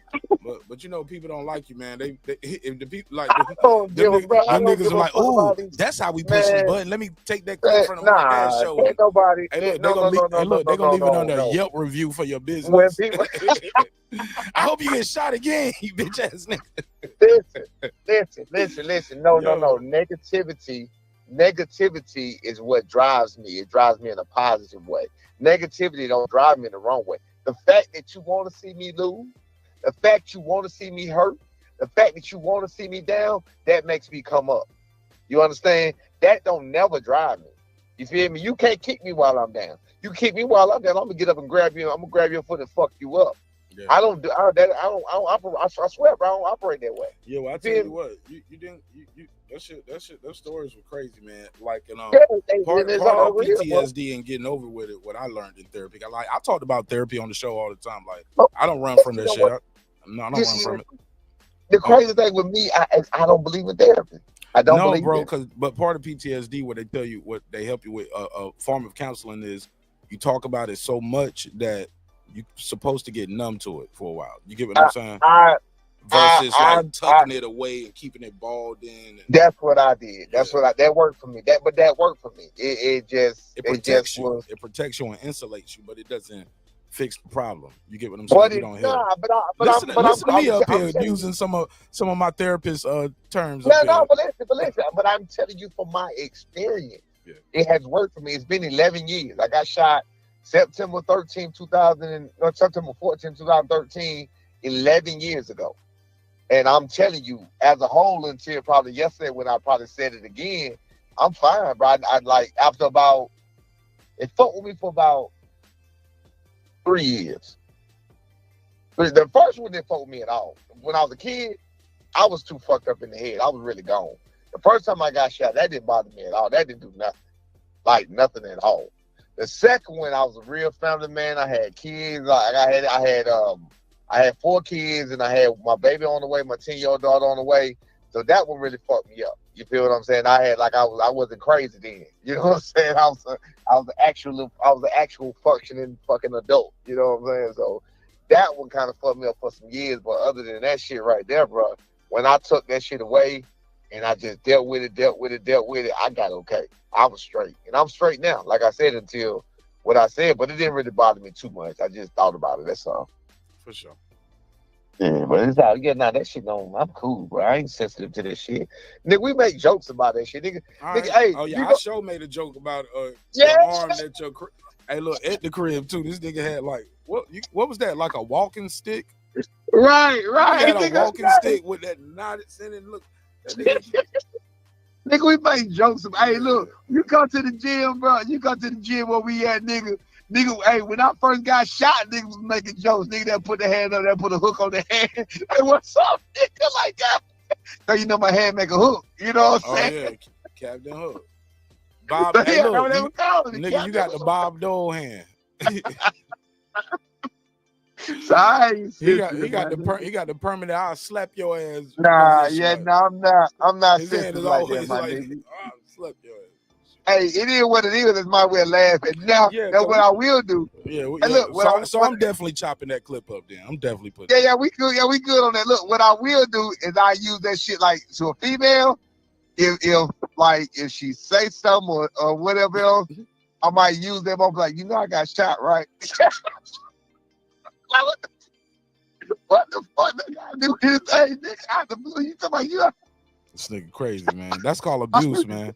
That's a form of abuse, man. That's called a light threat, man. That's a light little threat. Hey, I didn't tell you this though, but look, I didn't tell you this. This is what I tell them. My hand is numb. My hand feel like it's sleep. So I can't. Yeah, right. So I can't feel my hand. Oh shit. But mind you, this shit happened 11 years ago. But I might bring this shit up now. Be like, hey, baby, my hand hurt. I can't feel my hand. Man, you tripping, man. Well, they watch the show. They know now. You can't get it out off no more. Nah, hell, I don't give a fuck. But shit, I think that's pretty much it, man. Anybody got anything else that went on? Cause I missed the Matias fight. What happened? He got the knockdown from body shot, I think, in the second round. Oh, he got knocked out? Yeah, he got the knockout from a body shot. Okay. Who did he fight? He's my word for damn? Joe Elbow. I can't remember his name. Who?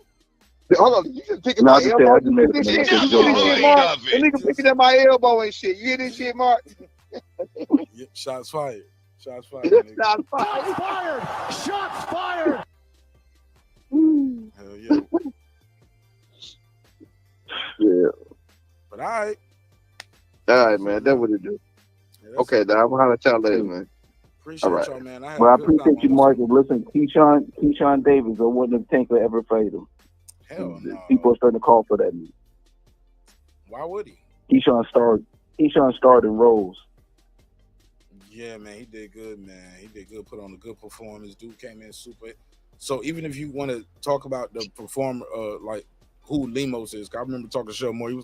He said Lemos wasn't that good.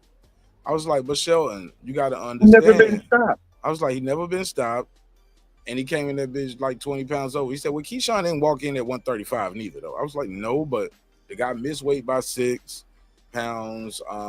They weighed the next day. He was 155. Keyshawn was 141.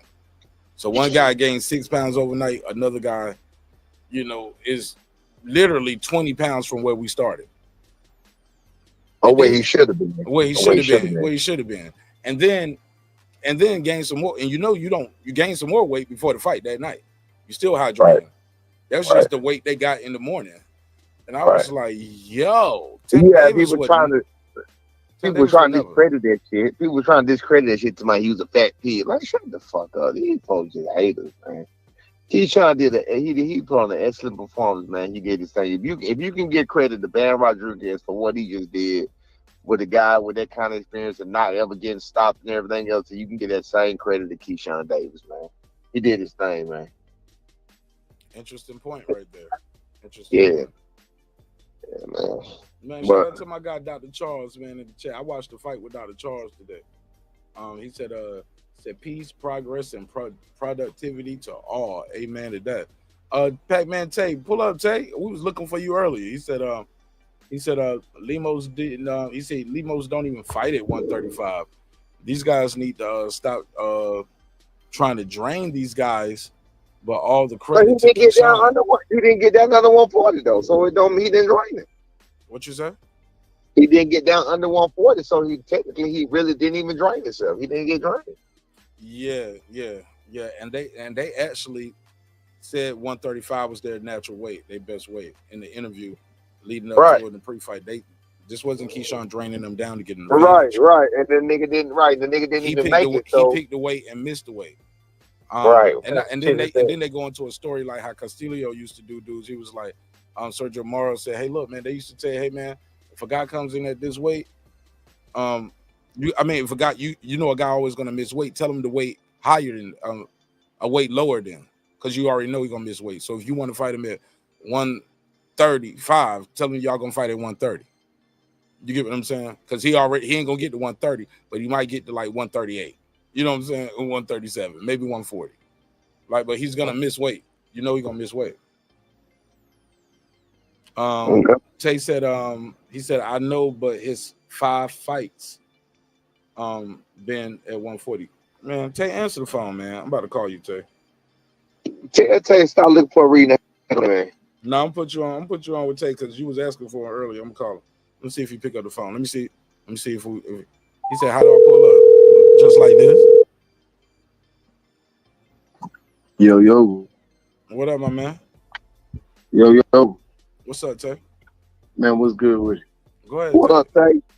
Man, what's good? What's good, Sing? What you think about Boots? Tay was looking for you early. He was like, he said, my boy Tay still in the audience. Wait, because I talked to Tay.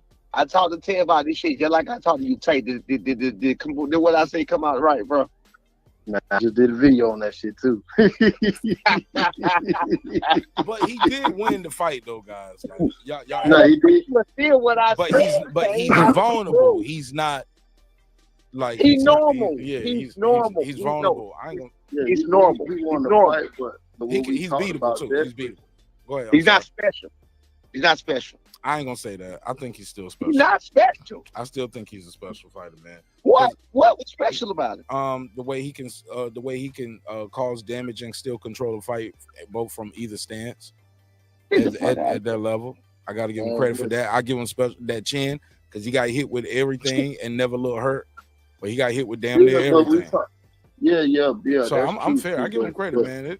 No, for sure. But look, at the same time, you talking about moving up to 154 with guys like Fundora, Spence, Bud, and now you talk about a fight with Virgil Ortiz. If Virgil Ortiz would have hit him tonight, it's over with.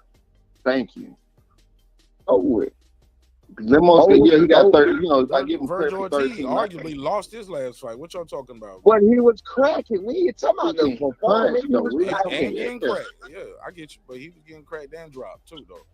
That man, Virgil Ortiz punched 10 times harder than fucking Chukhadzhyan. You call this nigga? What you call him? They call him Chukhadzhyan. Let's just call him Karen, man. That's his name, Karen Chukhadzhyan. Yeah, let's just call him Karen, man. I ain't calling no grown ass man Karen, Mark. His daddy's name in Chukhadzhyan. I'm calling him. I was saying Chukhadzhyan. I was saying Karen Chukhadzhyan. That's what they were calling Chukhadzhyan. That's what they were calling Chukhadzhyan. That's what they were saying. Shit, whatever it is, Karen. Yeah. Shout out to my sister Rachel. What up, Rachel? Shout out to my brother Frankie Blanco from the Bronx. Boogie down Bronx in the building. Frank, I'm gonna send you some new beats I made too, man. Let me know what you think. Red said, if the 154 pounds hit Boots tonight, he would have hit his pockets. All right, exactly. Yeah. So what's the? I mean, if he's saying I can make 147, and y'all saying he gonna get beat up at 154, which I want him to retire. No, I'm not. I'm speaking for the Boots fans because y'all already know I'm a Norman fan and I'm a boxing fan. I love this shit, man. Love combat sports and the combat period, but man, I can't do the Glaze job, man. The guy still won. That's what the Boots fans gonna argue. They're gonna say, hey, the guy came in with a different game plan. We've been at 147 too long. We need to move up. Everybody's ducking him. That's what they're gonna say. But that's me personally. That falls on Bozy because if you know, well, I don't know if people watch boxing, but they say they watch boxing. But if you look at, prior fights to him after fighting Boots the first time, I believe he got a knockout in one of them fights after Boots anyway.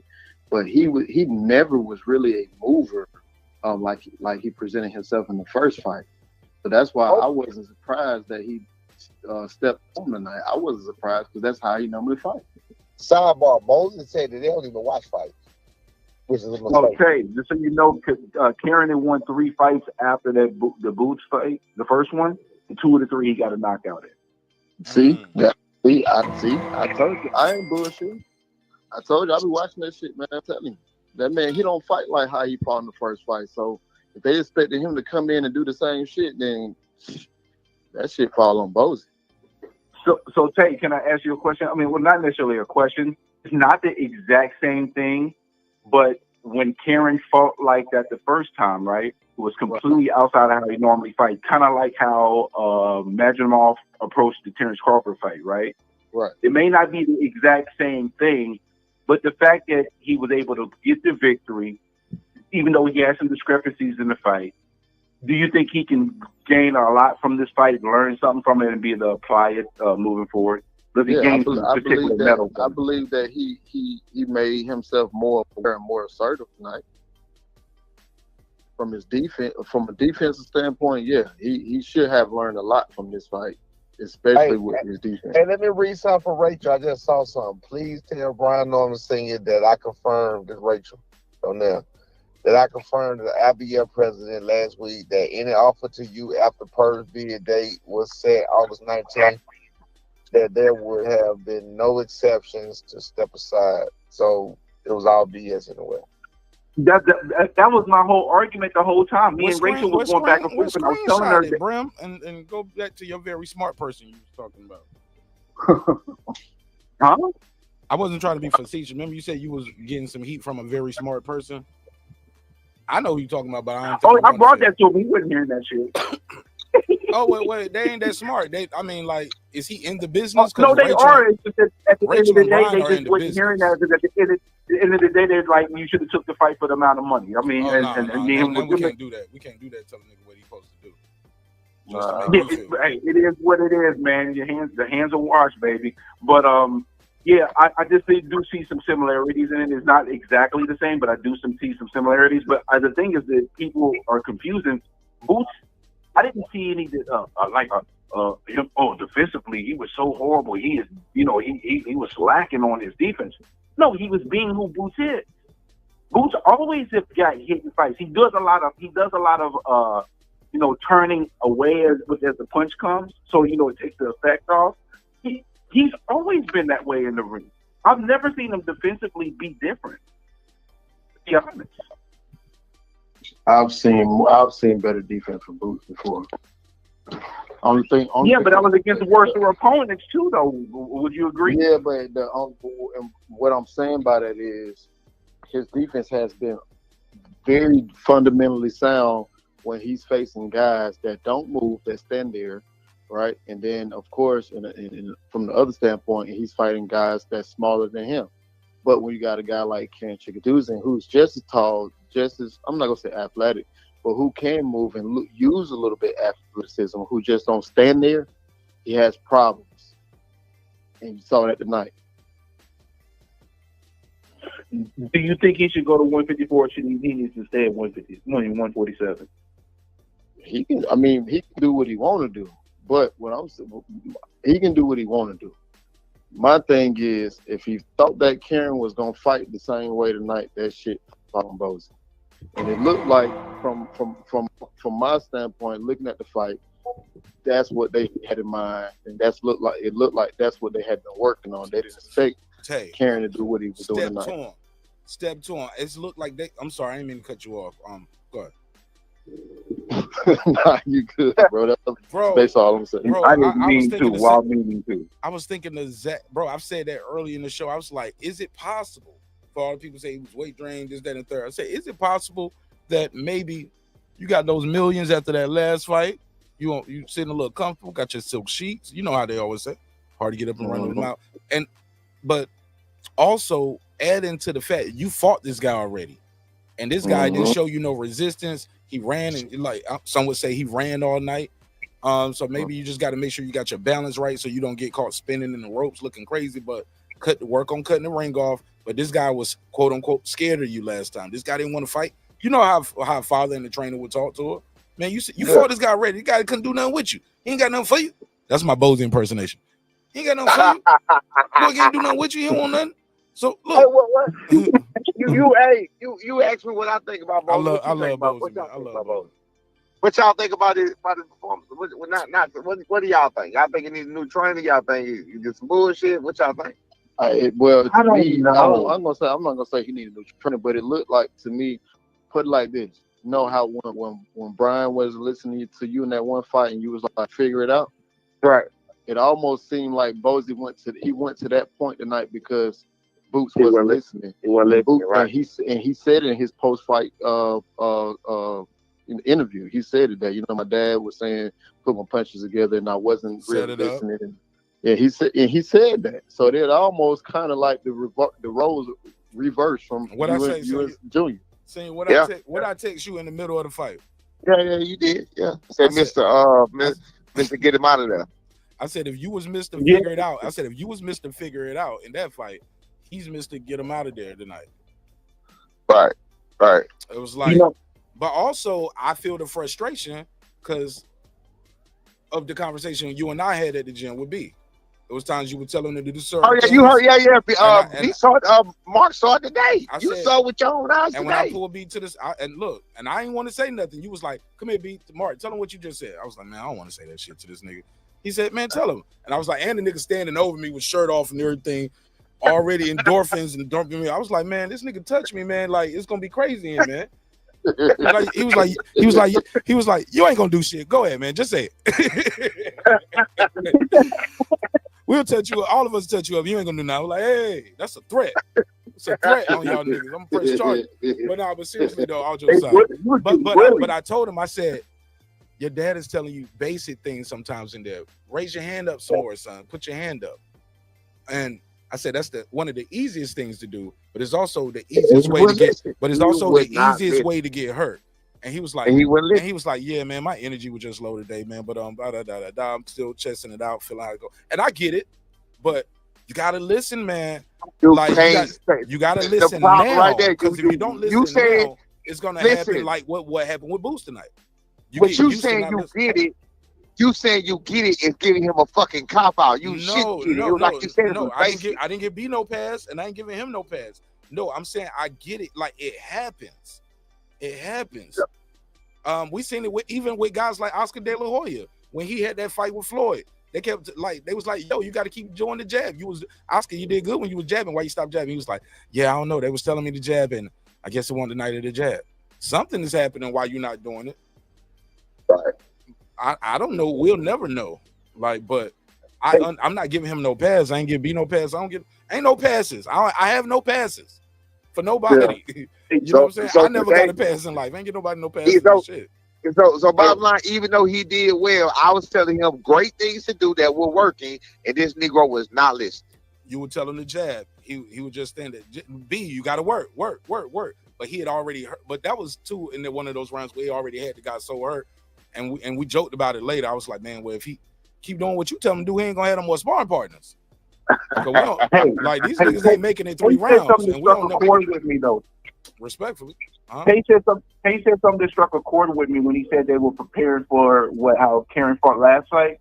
And I think that because of that, I think that played such a role on where Boots was smothering his work so much, and he didn't take that one step back to create space to his punch. That was a key component. He was expected to be chasing. They didn't prepare for more than one way he was going to fight, and I think that that's why he was basically crowd surfing them, on the inside. He just didn't get enough space to be able to, create room for his punches. But also, every time he did try that, though, Karen had that left hook on him. Boots won't get his hand back up. He was getting cracked with that left hook over and over. He wasn't getting, and then he switched to southpaw. Yeah, he can't do that at one before. He was like, the jab was like, he wasn't, first of all, it was lazy jabs or measuring jabs, and he wasn't expecting the guy. Oh, it was top, bro. He was getting rocked clean with shots, and I'm like, yo, this is bad, because a guy with more power, I think a Bud Crawford, a Brian Norman, even a Barrios would have hurt him tonight. A Virgil Ortiz, like, is it getting too comfortable? Is it because I can't buy the weight, because the weight isn't why your hand isn't up, but maybe so because you're tired. I don't know if I'm making excuses now, because when you weight drain, you are tired. It's hard. This is the hardest thing to do. When you're tired, put your hands up. Now, if you ain't tired, why your hands ain't up? You get what I'm saying? Because B said he won't tired. Boots trained do 40-minute rounds. He didn't look tired. He's standing on the ropes in the corner. So if you're not tired, why aren't you getting that hand back quick? That comes with practice, man. Muscle memory. And you would think at this point in his career, he's 28, you got that figured out.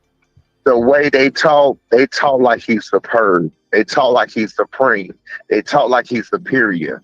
They said even in the lead up to this fight, we're ready for anything he does. Did you not hear him? Yeah.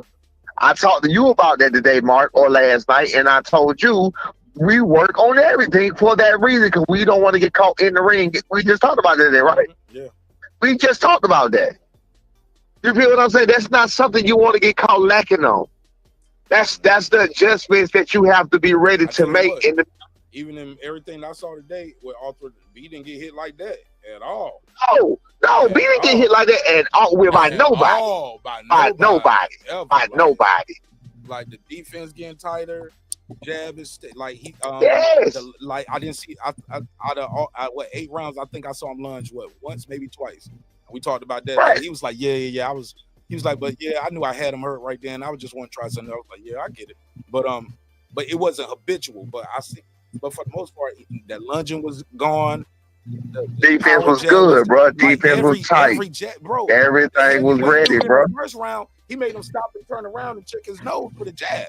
Like, boom. That nigga was like, hold up. He was like, hold He up. stopped. He stopped the nigga. The last nigga. The last one he fought today. He stopped that nigga with a jab. Monday. He stopped that nigga with a jab Monday. It's like, boom. Stop it. Stick around. Stopped it. Pro fighters like made that nigga quit 7-0. 7-0, 5 knockouts, 154 pounder. I done seen him do that shit so many times, man. Yeah. So my girl Rachel Donaire joins the show. What's up, Rach? Talk to us. What's up, Rachel? What's up? Ray. Good morning. Good morning. Good morning. Oh, well, I mean, I guess it's almost midnight. But what's up? What's going on? Shit, I've been talking about this fight right here. Let me get your take on Boots' performance. The coaching from Bozy. What went well? What you thought could have been better? Because you know we love Boots.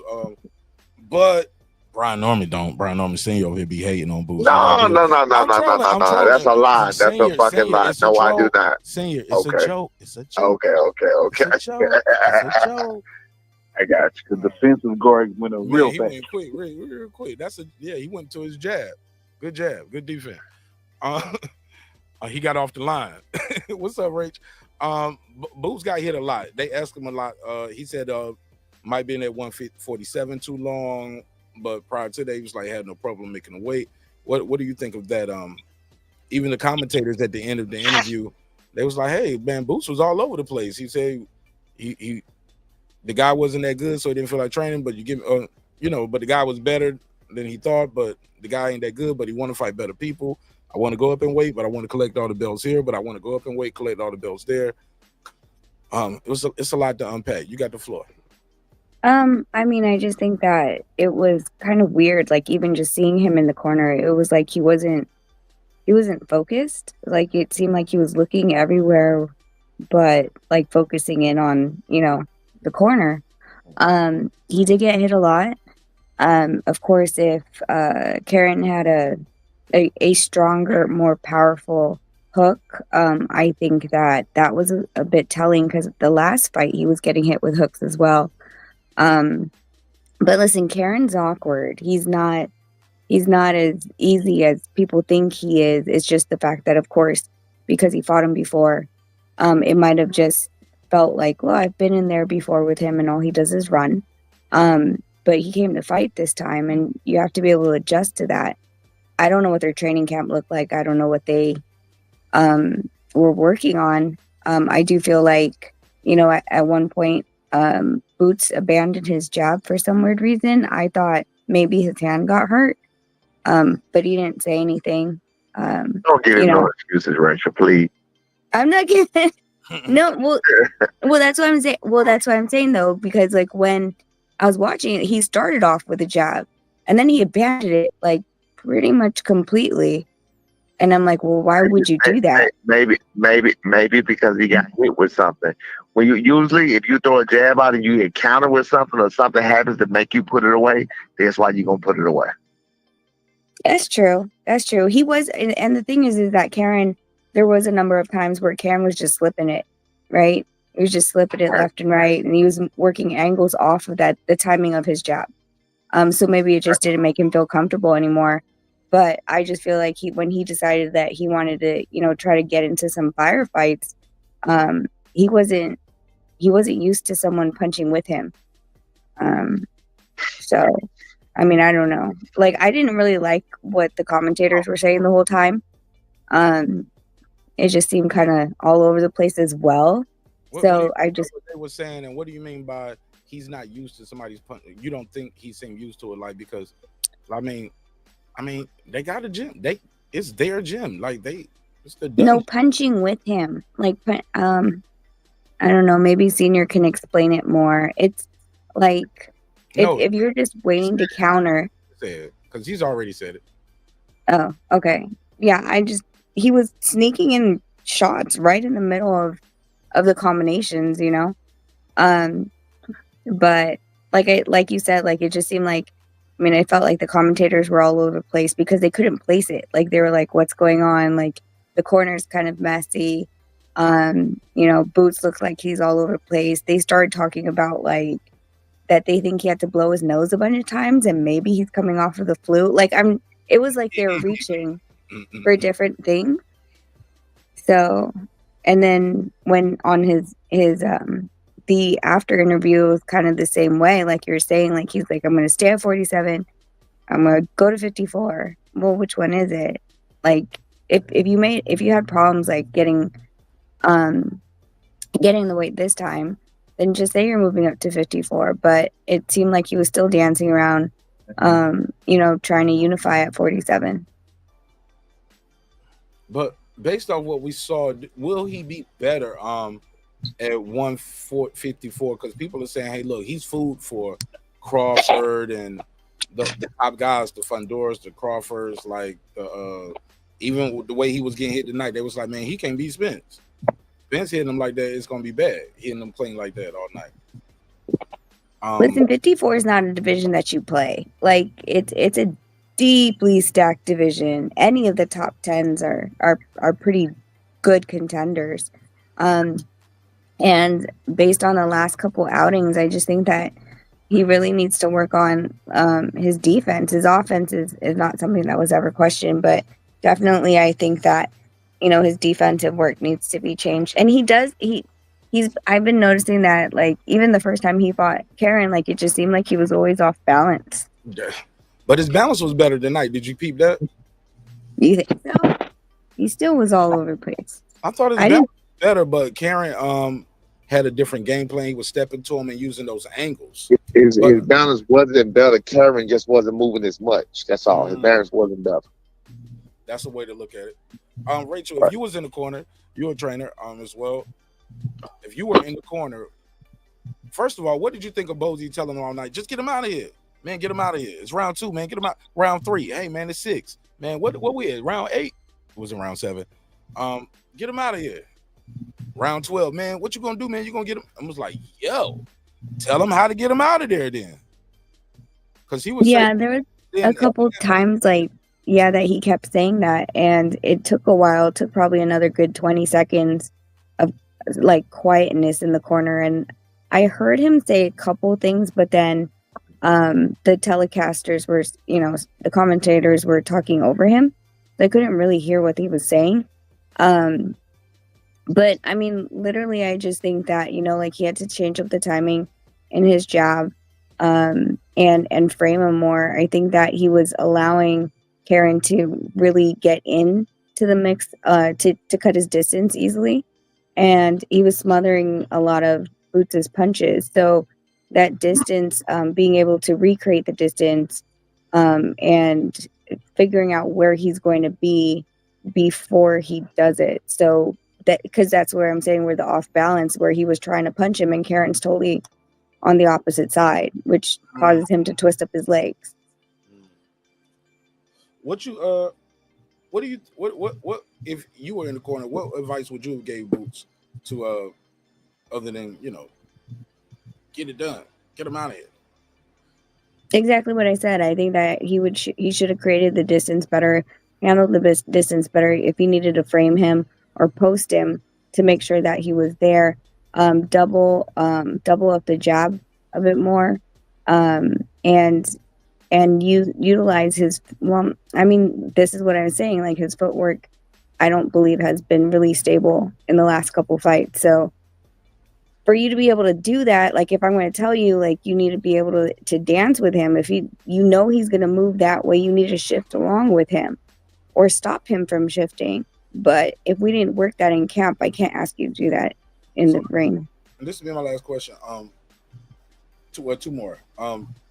Well, going up in weight, right? I get that you're gonna have more pop. That's what he even said. Yeah, I think if I go up in weight, I'm gonna have more pop back, right? But that doesn't explain. Does that explain why you're getting hit more in these last 2 or 3 fights? Like clean flush all over the place, or is it? And people getting your timing down? Like Hearn had his timing down at times with that left hand. Mm-hmm. So it depends. I don't know how much he cuts. I mean, like if you're cutting so much that's making you sluggish, and your reaction time is off, then yes. Okay. But I don't know how much he cuts. I don't know and how close he cuts.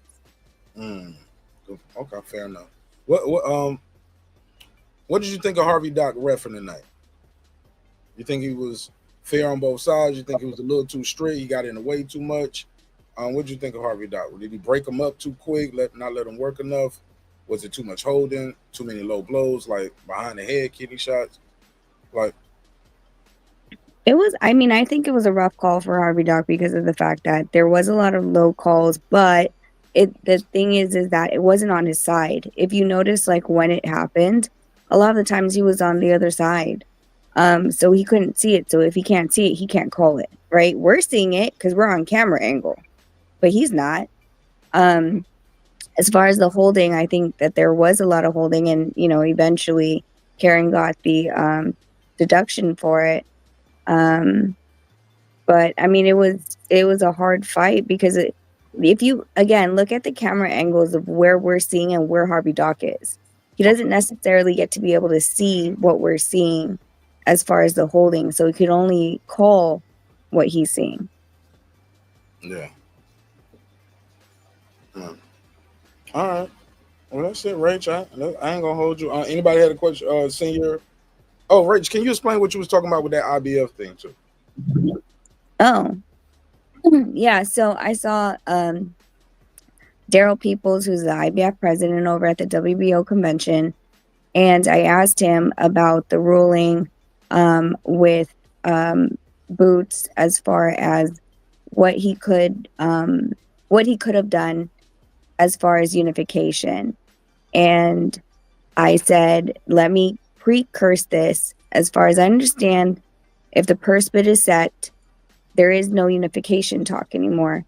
And he's like, you're correct. He goes, once I set that purse bid date and I send it out, that is it. There is no more discussions. You can't bid for unification. So what he means by bidding for unification is to make an exception for a mandatory. You have to send in $20,000 non-refundable on an application for an exception to the mandatory. But that has to be done before the purse bid is set. Once the purse bid is set, no exceptions to mandatory can be brought in. So anything after the purse bid was set August 19th for September 3rd, nothing. It doesn't matter if they had tried to give Junior $20 million, there would not have been an exception for the IBF rule. So Eddie on some BS. Don't trust him. So, Rach, I got a question for you. How do you think this is going to affect Boots' stop? It going forward from this point on. How do you think it's going to affect it? I mean, I think that like with this fight, like he's gonna have to figure out like an opponent that's gonna be, exciting at this point. No. His stock. Like, do you think his stock is going to be the same? With this one, no. Do you think people are going to be so high on him like they once were earlier today? I mean, just based on from what I've seen on Twitter and all social media, a lot of people are like, I don't want to hear about Boots and Bud anymore. It's all over Twitter. And that's, public perception. I mean, it was very quiet in Philly as far as like, the crowds. And then as far as social media is concerned, they're like, yeah, I don't want to hear about it anymore because of the fact that he got hit so much. Like that's not, and Karen's not he wasn't a one power puncher where you hit him once. If he hit Boots once, he would have gone down. He hit him multiple times in the correct spots. Might have seen a star or two, but not enough to put him down. So what more someone that can actually like have that power behind their punch and with the accuracy? That's where it gets scary. Right. Oh, go ahead, guys. Go ahead, Brim. You got anything to add to Ray? All right, Brim must be at work. All right, well, shit, I ain't gonna hold you no more, Rach. Thanks for pulling up and giving us your take. It really means a lot to me, and I know it means a lot to everybody. Appreciate you, Ray. There's Brim. You got something? Oh no, I ain't got nothing else. I'm just listening to the facts being put out there for the world to hear. Now, I'm one of the people that said, but Boots shouldn't be talking about no Bud. Yeah, I think Boots should stay at 147. I think going to 154 is going to be a bad idea for him, in my personal opinion. Because I mean, I've always felt this way, even when I was younger, that boxers who have experienced like what Abdullah Mason just experienced, but you get knocked down, you get up, you put the beats down. That's the type of medal you don't get just sparring. That's not the type. That's the type of medal you can't just get. You have to experience the situation. And Boots has not experienced that yet. And I think that if he tries to jump up to 154 to fight those top guys, some of that tested metal that he has not developed is going to cause him to lose a fight if he tries to jump up to 154 too soon, in my opinion. And let's not forget that Boots is actually, if Boots was to use his IBF championship to move up into 154 category, he's going to run smack into the IBF guy. I can never remember his name, but the one that beat Tim Tszyu, who has a hook as well. Merton Zalia. Yeah. You're not fucking with him. Yeah. I mean, that's your straight line, right? IBF to IBF. That's a very dangerous straight line, don't you think? But as far as I know, the WBO, the IBF don't do that like the WBO does. No, but I think he can. I don't know if he can immediately, but because he just officially defended, he might be able to. I don't know. I haven't read the bylaws, but he might be in position now where he could potentially utilize that. But I thought you have to be like, I don't know. I'm trying to remember. I thought you have to, honor your mandatory, and you have to have it for like a year and a half. The title for a year and a half with 2 defenses. I think I'm wrong, but I'm just throwing off the top of my head what I think it is. So I think he has to do a little bit more work before he can utilize that super exemption to move up to the next weight. I think he would have to reread more time to be in that position. Yeah, I would have to reread it. My brain's so discombobulated with IBF, WBO, WBA, and WBC at this point because I've been jumping all over the place. So I'm gonna let you guys go chop it up. Thanks for having me, Mark. I'll talk to you guys later. I'll be in the chat. Appreciate you. I won't have any. Appreciate you. Good morning, Rach, or good night. I don't know what time it is where you at right now. Good night. I appreciate you.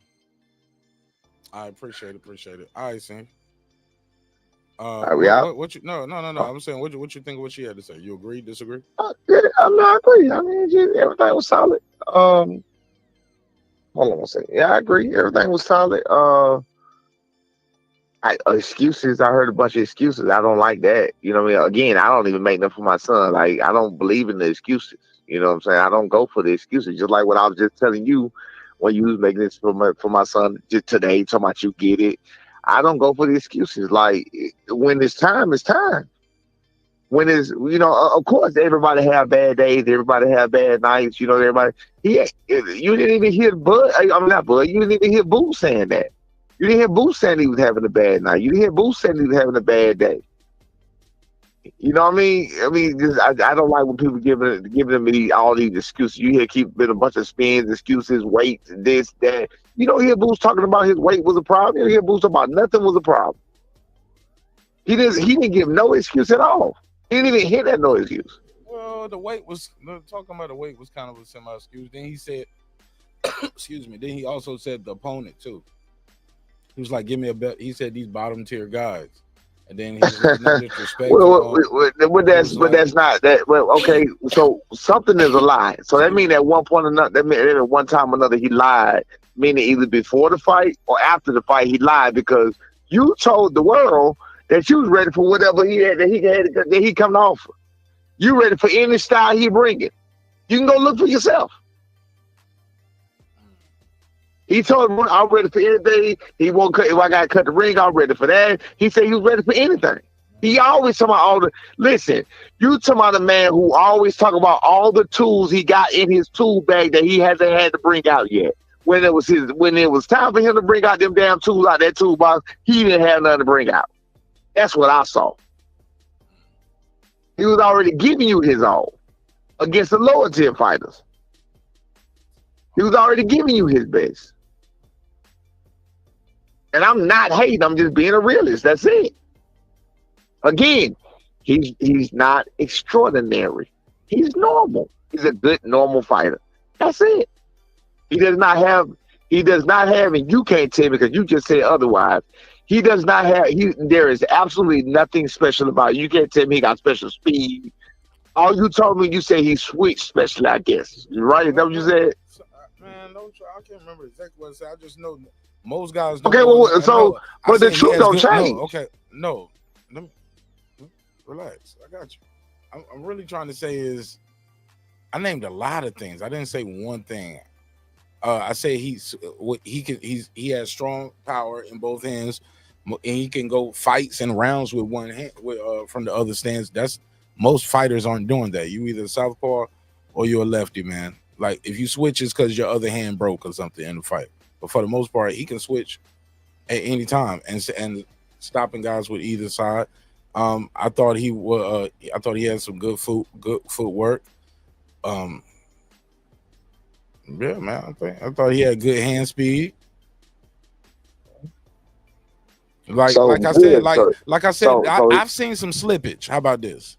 But also the competition is getting better, and the stakes are getting higher, and he getting paid more money. Like all those things matter because you don't know, bro. Like so, would you look bet on the 10-foot goal or 8-foot goal? Say that again. Would you look bet on the 10-foot basketball goal or 8-foot basketball goal? 8 foot. Yeah. 8 foot, right? That's what they had him in there with, 8-foot basketball goal for the opponent. No, that's what they had him in there with. He was in there with 8-foot basketball goals. That's what's going on, and that's what it is. Damn.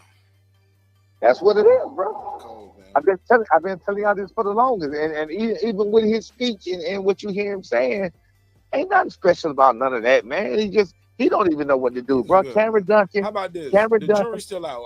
I want to see how special he is, because like you said, he ain't really been. This the most I've ever seen him get tested tonight. Right. And that guy didn't look like he really hurt him, but he was tapping him though, and he was. But this is his first test. And right, ain't that crazy? Yeah, this is his first test. 30-some fights. This is his first test. For the people who think I'm hating, we had the exact same manager. I know his game. I know the game. I know exactly what's going on. I've been to what was going on. You feel me? Yeah, this is the first time. I never heard none of that. This is the first time we see him get tested, and it's against a guy that he fought already. And looked like he fought a different fight. Where were the adjustments, man? And it was definitely too many low blows. It was one time where it was like break, and he's on the other side of Harvey Dot, and he just hit him in the thigh. I was like, you just hit him in the thigh right there for nothing. And that wasn't even one he got a warning for, because it was insane. But he just, boom, just a little hit in the thigh, like off the break. Why not? He don't see it. I'm like, damn, son. Shout out to Lake County. Lake County finally woke up. What up, Lake? What's up, dog? You know when Lake saw us, like he had never went to sleep from last night. Yeah, I've been to sleep there. That them pads out there ain't gonna be up all goddamn day tomorrow. Shit, you gonna be damn, crazy as hell. What's up, Lake? He said, Coach got some more material against Boots. He said, "You got what?" He said, "You got some more. You got some more material against Boots now." But no, it's not necessarily. I'm gonna add to this. I'll say this. It's not necessarily more material. It's actually, you can go back and splice his interview and splice the clips and put him talking over what happened tonight. You can put the overlay. You get what I'm saying? Put the overlay of the audio of some of the things you were saying over what we saw today. And it's proven. And it was getting proven. While it was getting proven in real time. It's like, first time did somebody get in there and act like they ain't scared of him and start fighting back and pushing him back. And then you switch over and show that. And it happened just like that, bro. Like that happened just like I said, dog. First time you start fighting somebody who ain't scared of him, he gonna have some trouble. So what's gonna happen is I went through another little podcast right before I jumped on yours real quick, and I slowly but surely I'm gaining my respect. A couple of guys, they was like, he was right, bro. It's like, I'm sorry, he was right, like straight up. And he was heated with me. You hear me? These boys was over there. Oh, motherfucker, you up. I swear to God, they were heated with me. You feel what I'm saying? But only one of them said otherwise. And I said what I just said to you about him not being special. I said what made him special. I can't remember what he said. He didn't give what you just said, but he really didn't have that either. I think if he fight like somebody in the chat. I'm sorry. Go ahead. Say it again. Say what you about to say. No, go ahead. Okay, well they heard you. Chief Wildfire. Shout out to Chief Wildfire. Said and I'm gonna go back and read that one too. Anthony Robertson, kind of like that. Chief Robertson said, I'm sorry, Chief Wildfire. I don't combine the y'all in the chat. Made y'all cousins. Somebody said, he said, I think Boots had a bad night, bad cut.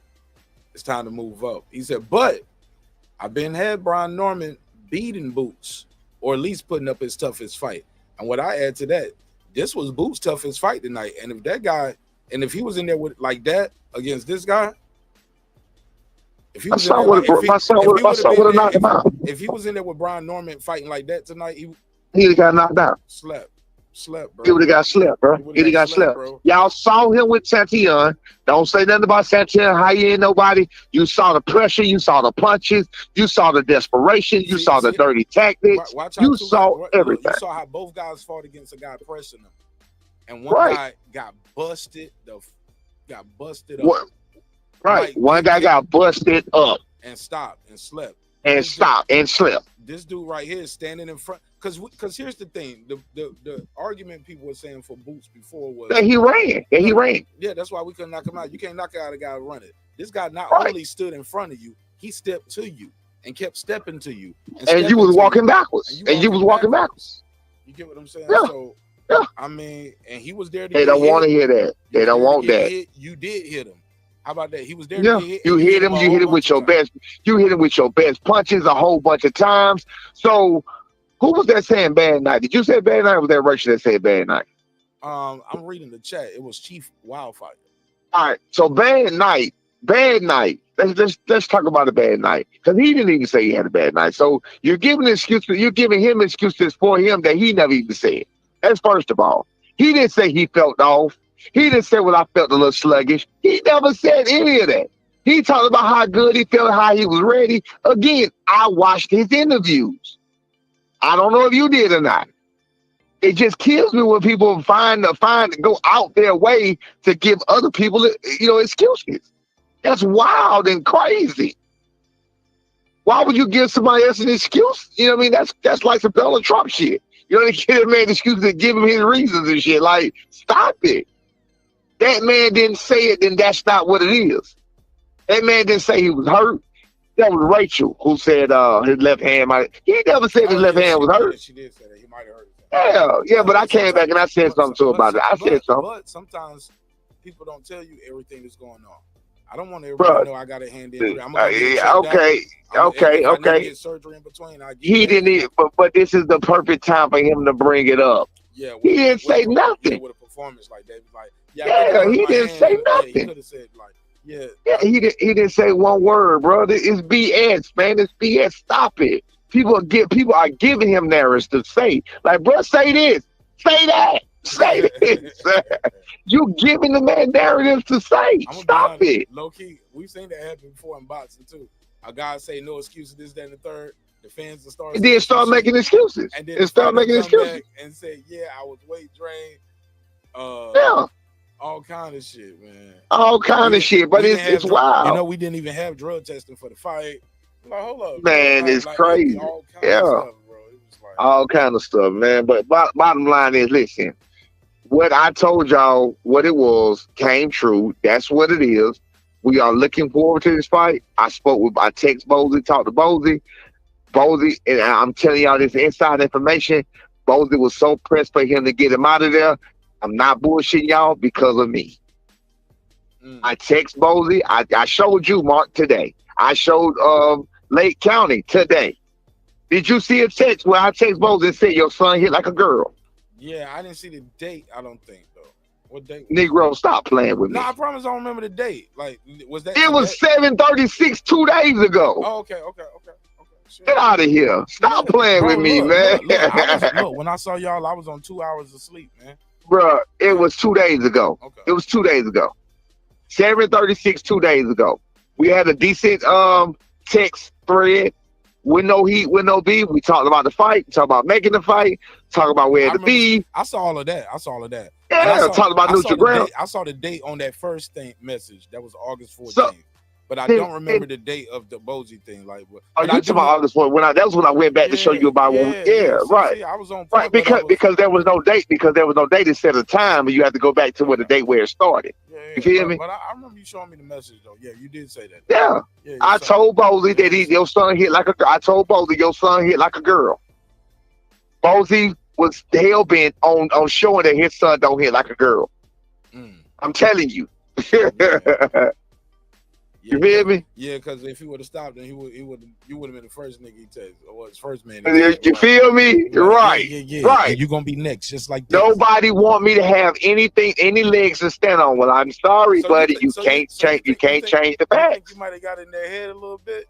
I know I did. Not Boots. I don't think Boots. Not Boots. Not Boots. It translates though. That energy transfer.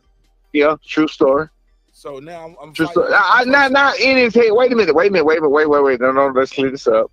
I don't think I got in his head to a point where like affected. No, I think I got in his head to the point where he was desperate to get that knockout. That's what I mean. Hell yeah. The daddy was. I don't know about Boots, but the daddy definitely was. Yeah, but he's definitely was. Yeah, and if you press him, if he pressed to get it, he's pressing the son to go get it for him. Go get this. Right. Go get it. True story. Go get it. Yeah, and that's why he kept telling him get him out of here. That's why I say I believe. But listen. Hey, look. But to the people, he can't do it. Listen to me. He punching this man in his shit. He punching this man in his eyes, his nose, his mouth, his face. He's punching the man everywhere. I saw somebody check say he was lumped up. I ain't see no damn lumps. I didn't see no bruises. I didn't see him cut. I didn't see him blood. Bro, when B hit Chukhadzhyan early. I'm talking about even with the cuts early, like round 2, 3, cut, boom.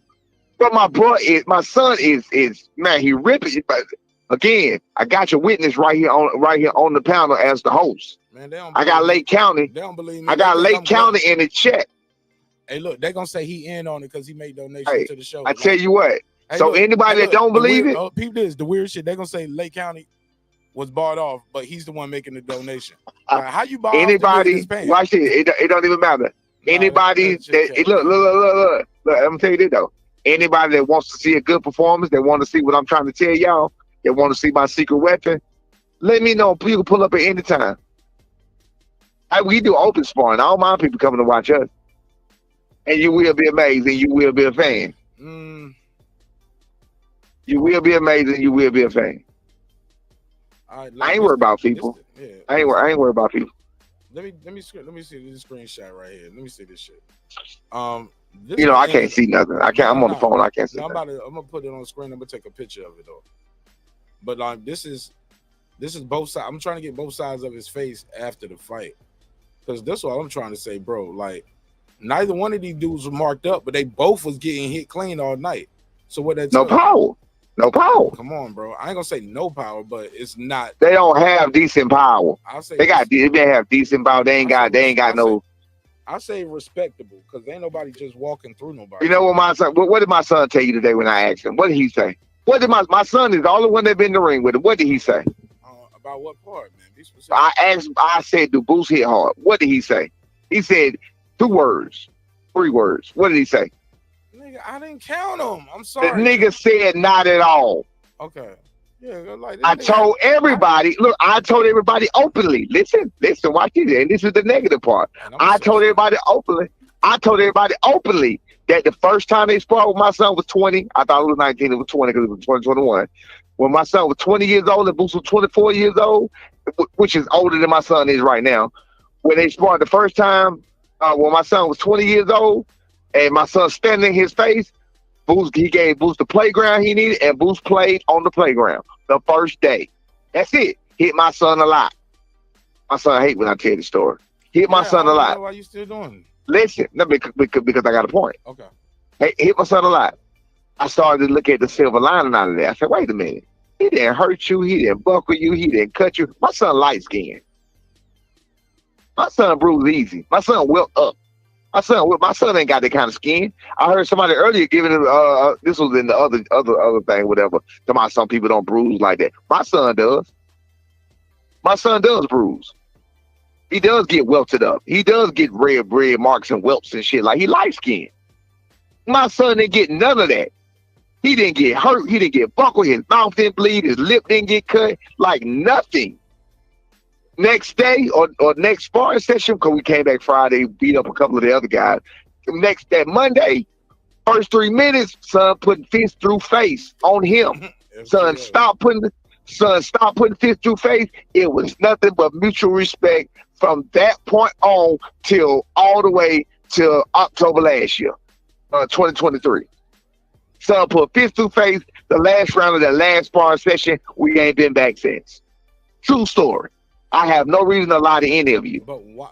Now, did you tell us why? Can you tell the people who don't know why y'all haven't been back since? Or is it because what? Oh, no. We were supposed to go back for... What the hell are we going on? Wait a minute. I'm trying to think. No, I'm trying to remember where the fuck did we go in March? What did we go in March? Where did I camp in March? Can't remember, bro. Shit. I don't remember we went. I don't remember how we did. Was that when y'all went down with Derek? Who? Derek James? That was for Chukhadzhyan. For the Boca Chica fight, I can't remember where we went. I hope we went somewhere. We might not even went nowhere. I can't remember. We usually go somewhere though. I guess we didn't go nowhere. No. Oh, that's when y'all was that when y'all was at the Muhammad? Was y'all down there? Not Muhammad. Mustafa. Not Mustafa. No. Where we was at downtown in Atlanta, where we had the parking spot. Musa. Yeah, you might be right. Yeah. But still, we was still in Atlanta. We usually go away, but I guess we didn't even go nowhere. Yeah, so I guess and yeah, we didn't go nowhere. I guess. I did some days at Musa for sparring, but I was at another gym too. Forest Park. Yeah, Hillsville.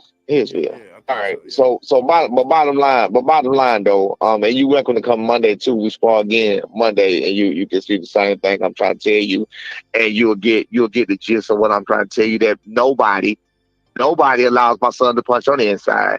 Nobody not smother the punches. Nobody stands there and trades. Nobody stands and trades. Nobody allows him to punch without grabbing him and holding him. Grab him and hold him. Nobody does it. Nobody. You need to get some better sparring, is what they're gonna say, Coach. And guess what? No. You saw Qua. You heard me say, no, don't hold him down. Don't hold him down with the same clip you did. Yeah. Remember? Yeah. Remember that? Yeah. Nobody allowed my boy to work. Nobody can take that heat. And he punching way harder and better than that right now. Yo, that shit was crazy. He punching way harder. That shit was like, doop. He punching with bricks. Tay, even Tay Jones, my boy Tay, I don't know if he's still on. My boy Tay, he hitting harder than what you know, bro. The nigga, he fucking up shit. You gonna hear about him around town in a minute, Tay. He fucking up shit, bro. These niggas are not even standing in the ring with him no more, Tay. They're not even standing there with him. They're not even finishing sparring sessions with him no more. He hitting too hard. He 23 years old, bro. He hitting too hard. We coming for all of it. I gotta go to work. I'm gonna holler at you, bro. Good to hear from y'all, man. A picture of his face too. For all the people say he was all marked up, I was like, nah, let me put the screenshot. Yeah, go ahead. Put it out there for me. Yeah, go ahead, do all that. Well, all right, man. Go ahead, plug and promote anything you want to do before I let you go. Oh man, official B.Norman. Official B.Norman on all platforms. That's Brian Norman Jr. Official B.Norman. If you don't know, the youngest champion in boxing today. I heard them tell that boldface ass lie and call Bam Rodriguez the youngest champion in boxing, which he is not. He's 24 years old. My son is 23 years old. Okay? Youngest champion in boxing today. They don't like to give him respect. ESPN went top 5 out of youngest under 25. When none of them, only 2 of them was a world champion, and both of them were older. You get what I'm saying? But either way it go, it is what it is.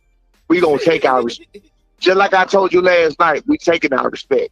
We taking it. And after tonight, after the only thing that was possibly in the way, was just pretty much dismantled in front of me, I have nothing but total confidence and nothing but shit talking to do that we coming for that. But how is like so?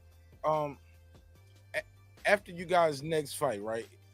God willing, you guys are successful. Is Boots Ennis next? Yes, we trying. We trying for it. Yes. If it line up, we going for him. If it line up, yes, that's what we trying to go for. Yes, sir. Okay. Yes, I'm pushing. Okay. I need my son. Of course, got to work out the way God wanted to work out. So I need my son to do what he need to do. God willing it, like you said, God willing it work out like it's supposed to work out. And when it does that, it will work out like I suspected and expected to work out, then we gonna be what we need to be. And yeah, we pushing for that fight hard, real hard. I told bro, I speak it into existence. I told you months ago, you ain't got to come for it. We coming for you. I told Bosley that.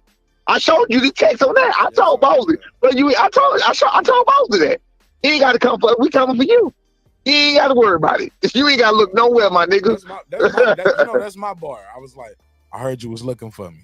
Well, guess what? I was looking for you too. I'm looking for you, bro. You ain't got to worry about it. I'm just right. You ain't got to look for us. We coming. All the naysayers, all the non-believers, all the haters, all the doubters, all the Mr. Figure It Out, all to get a new coach.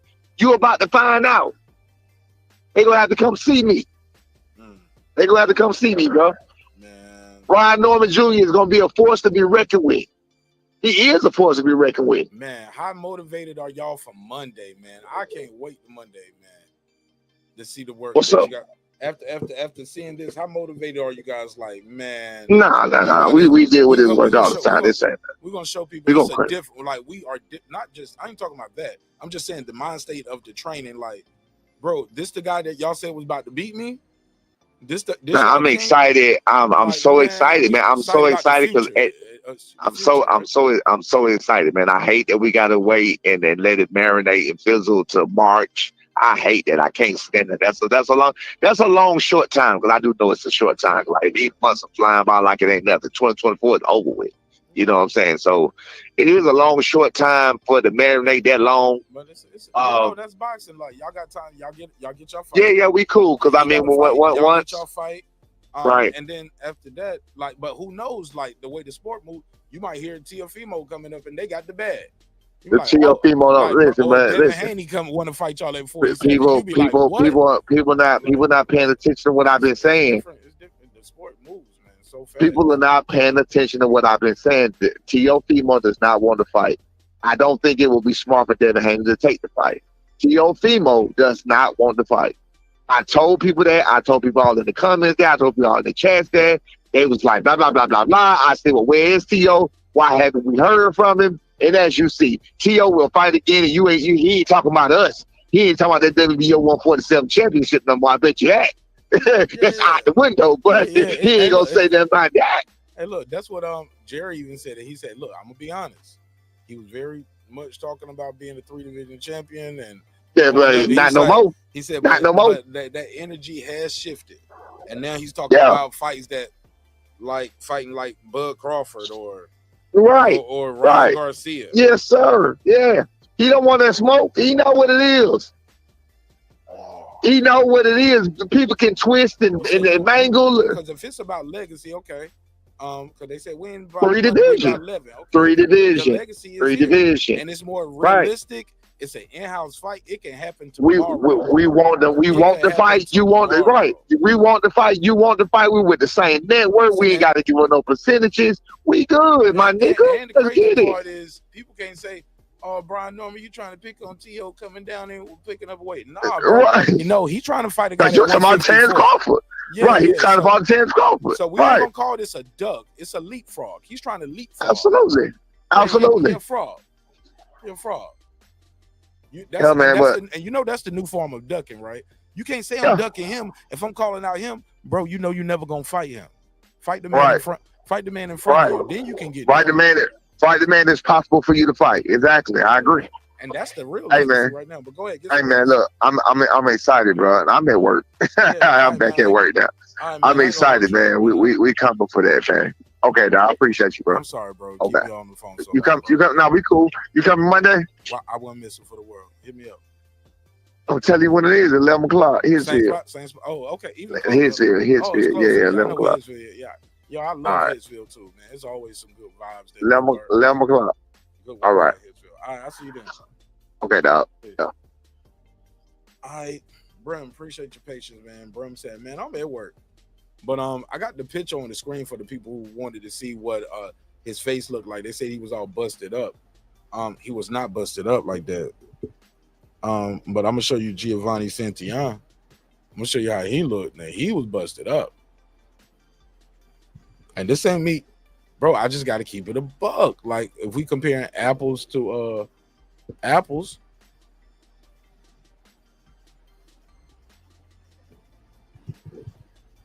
Let me see. Can I get his face after the Norman fight?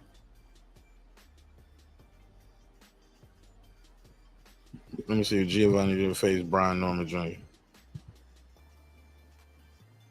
Yeah, but Brian looked phenomenal, bro. Looked phenomenal, bro. And let me see. Who else want to fuck with Hollywood Cole? Let me see. Scroll up. Might just put verses.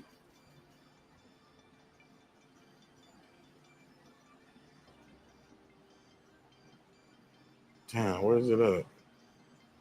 Probably got to go to the joint. Matter of fact, let me put Brian Norman Jr. Santillan. KO. Like this dude was bloody. Bloody. Matter of fact, I'm gonna just go over here, Brian Norman. It's a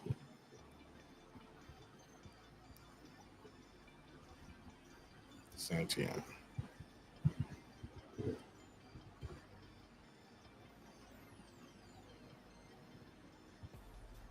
My bad, y'all. My bad. All right, so let me share the screen. Like this one before the fight, the before and after picture looked crazy. What's up, AJ? What's popping with you? This before and after picture is some crazy work.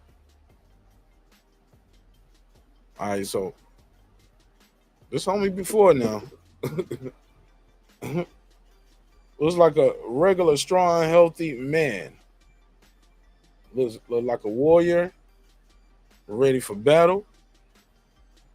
This is my guy right here, Brian Norman Jr. Ready for battle. And let's just fast forward to see how this shit looked at the end. With all that, when he started leaking and shaking on the pit. No, that's the knockout. No, like look at his face now. Stuff like this. He busted up. He busting him up, bro. This guy was an undefeated, and this guy was an undefeated guy fighting in his backyard. Bloody up, bro. He was a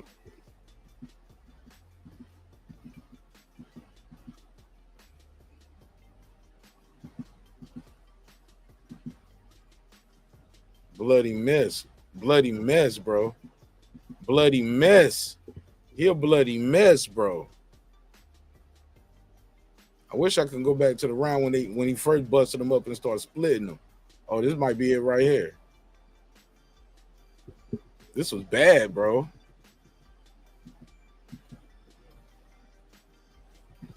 What round is this? 4. Nah, it's after this. I think he started splitting them up in like 6 or 7. Oh yeah, this one.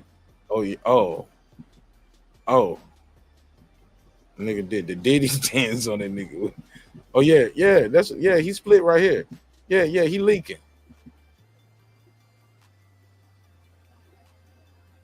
Boom. Bow. Bow. Bow. Ah. Doing him dirty.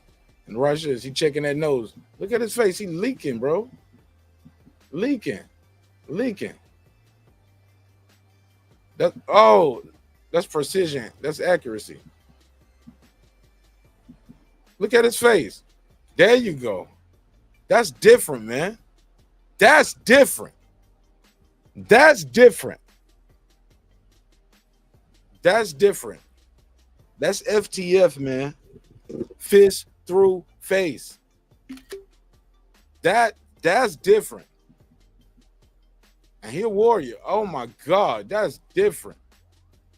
That's different, dog. What are we talking about here? What? What?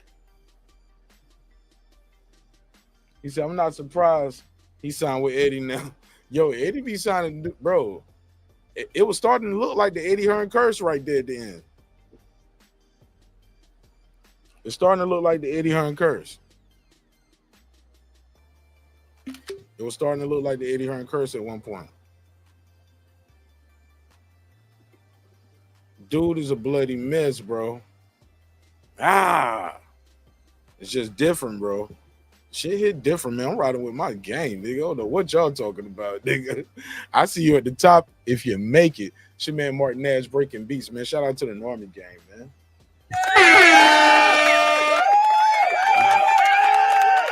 Shout out to Philly, but I'm not one of those people that's gonna pretend that I don't have a loyalty, my nigga. Like, nah.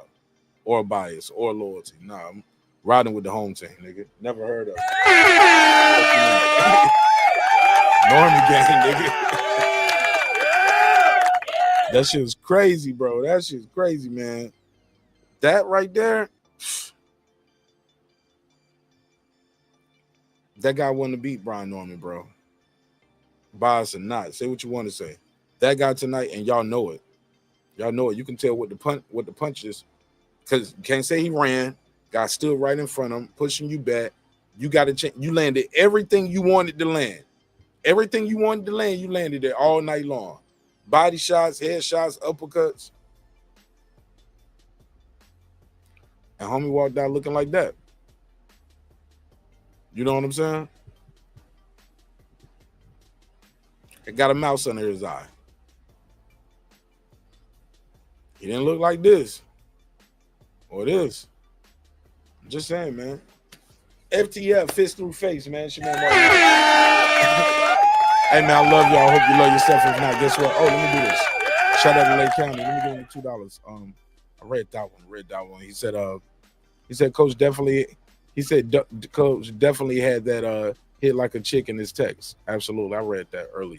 But let me give you the drop, though. I didn't give you the drop. I'll give you the $2. You give him the $2. All right, pay him the $2. Oh, pay the $2. That's funny. He said, Coach said your son hit like Kamala during an election, nigga. I don't like that, like, but it was funny though. She lost though, yeah. But all right, man, I love y'all, man. Hope you love yourself. If not, guess what? God loves you. So does Martin Nash in the neighborhood here at Breaking Beats, where we break down business, entertainment, art, technology, sports, and anything else you and I feel like talking about. It is the #1 hip-hop political sports show with a comedy twist. We like to let the jokes fly. You know why? Life is serious enough. Man, life getting real serious in the welterweight division. Shout out to Jaron Boots. Ennis, you got that win. Definitely got that win. But look at these punch stats.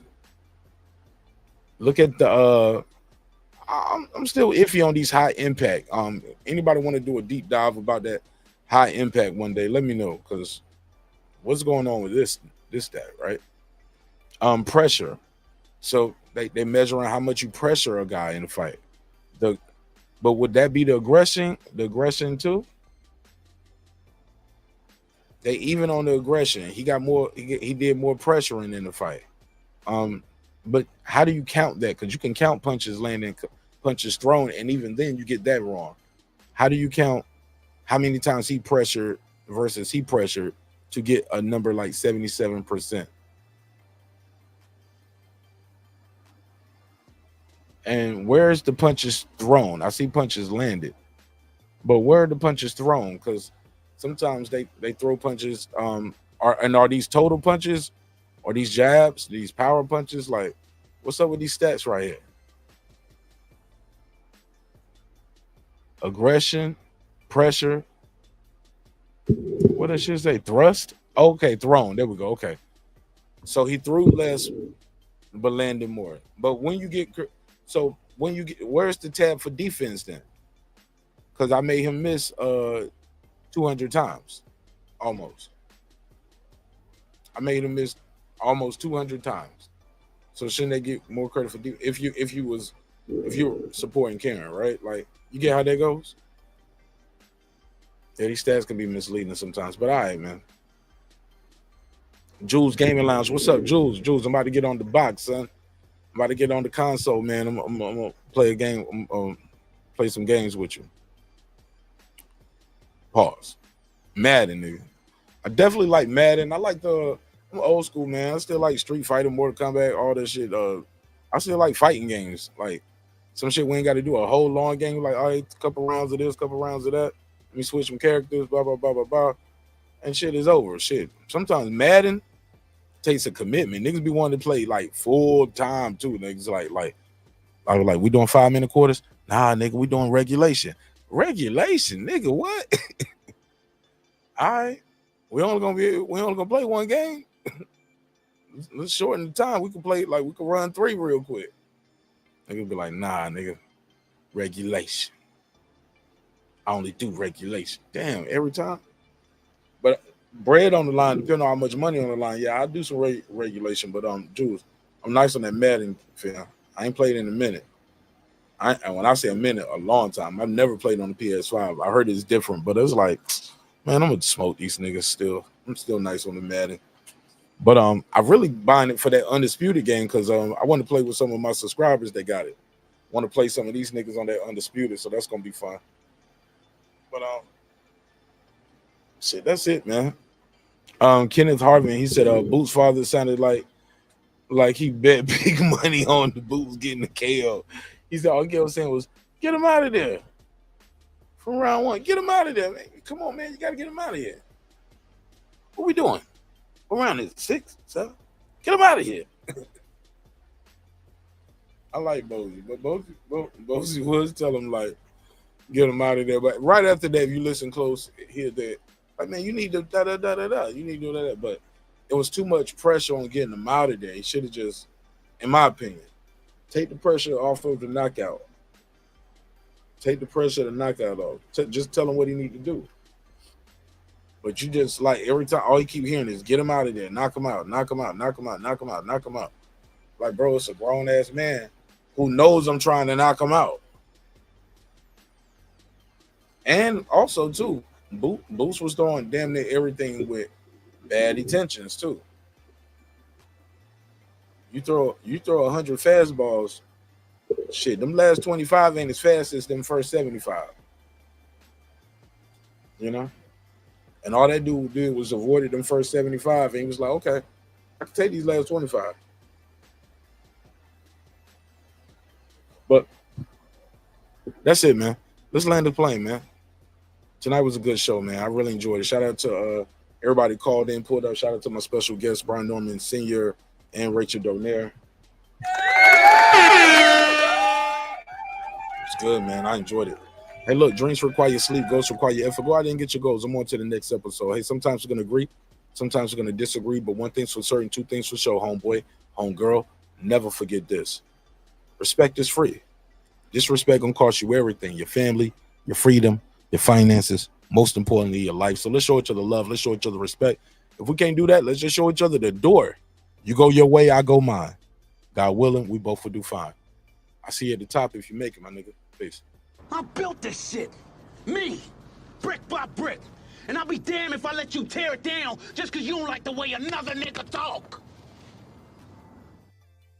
And I mean that shit. Drive, homeboy. Hey, it's Antonio Tarver, the champion. You watching Mark Nash at Breaking Beach. I usually don't do drops, but I'm going to give you one, bro. I'm going to give you one. I love you, champ.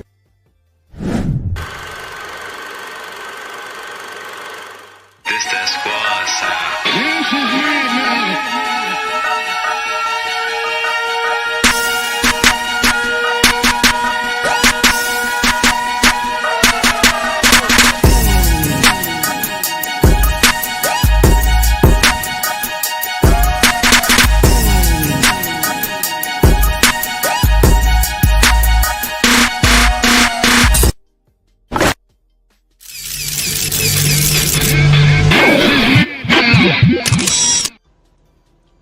Subscribe. I don't care how many subscribers he has. Support him. So he made all this possible. He made this possible. Nah, Dr. Mark, God made this possible. And so the viewers like you. I appreciate y'all, man. I'll see y'all on the next one. Peace.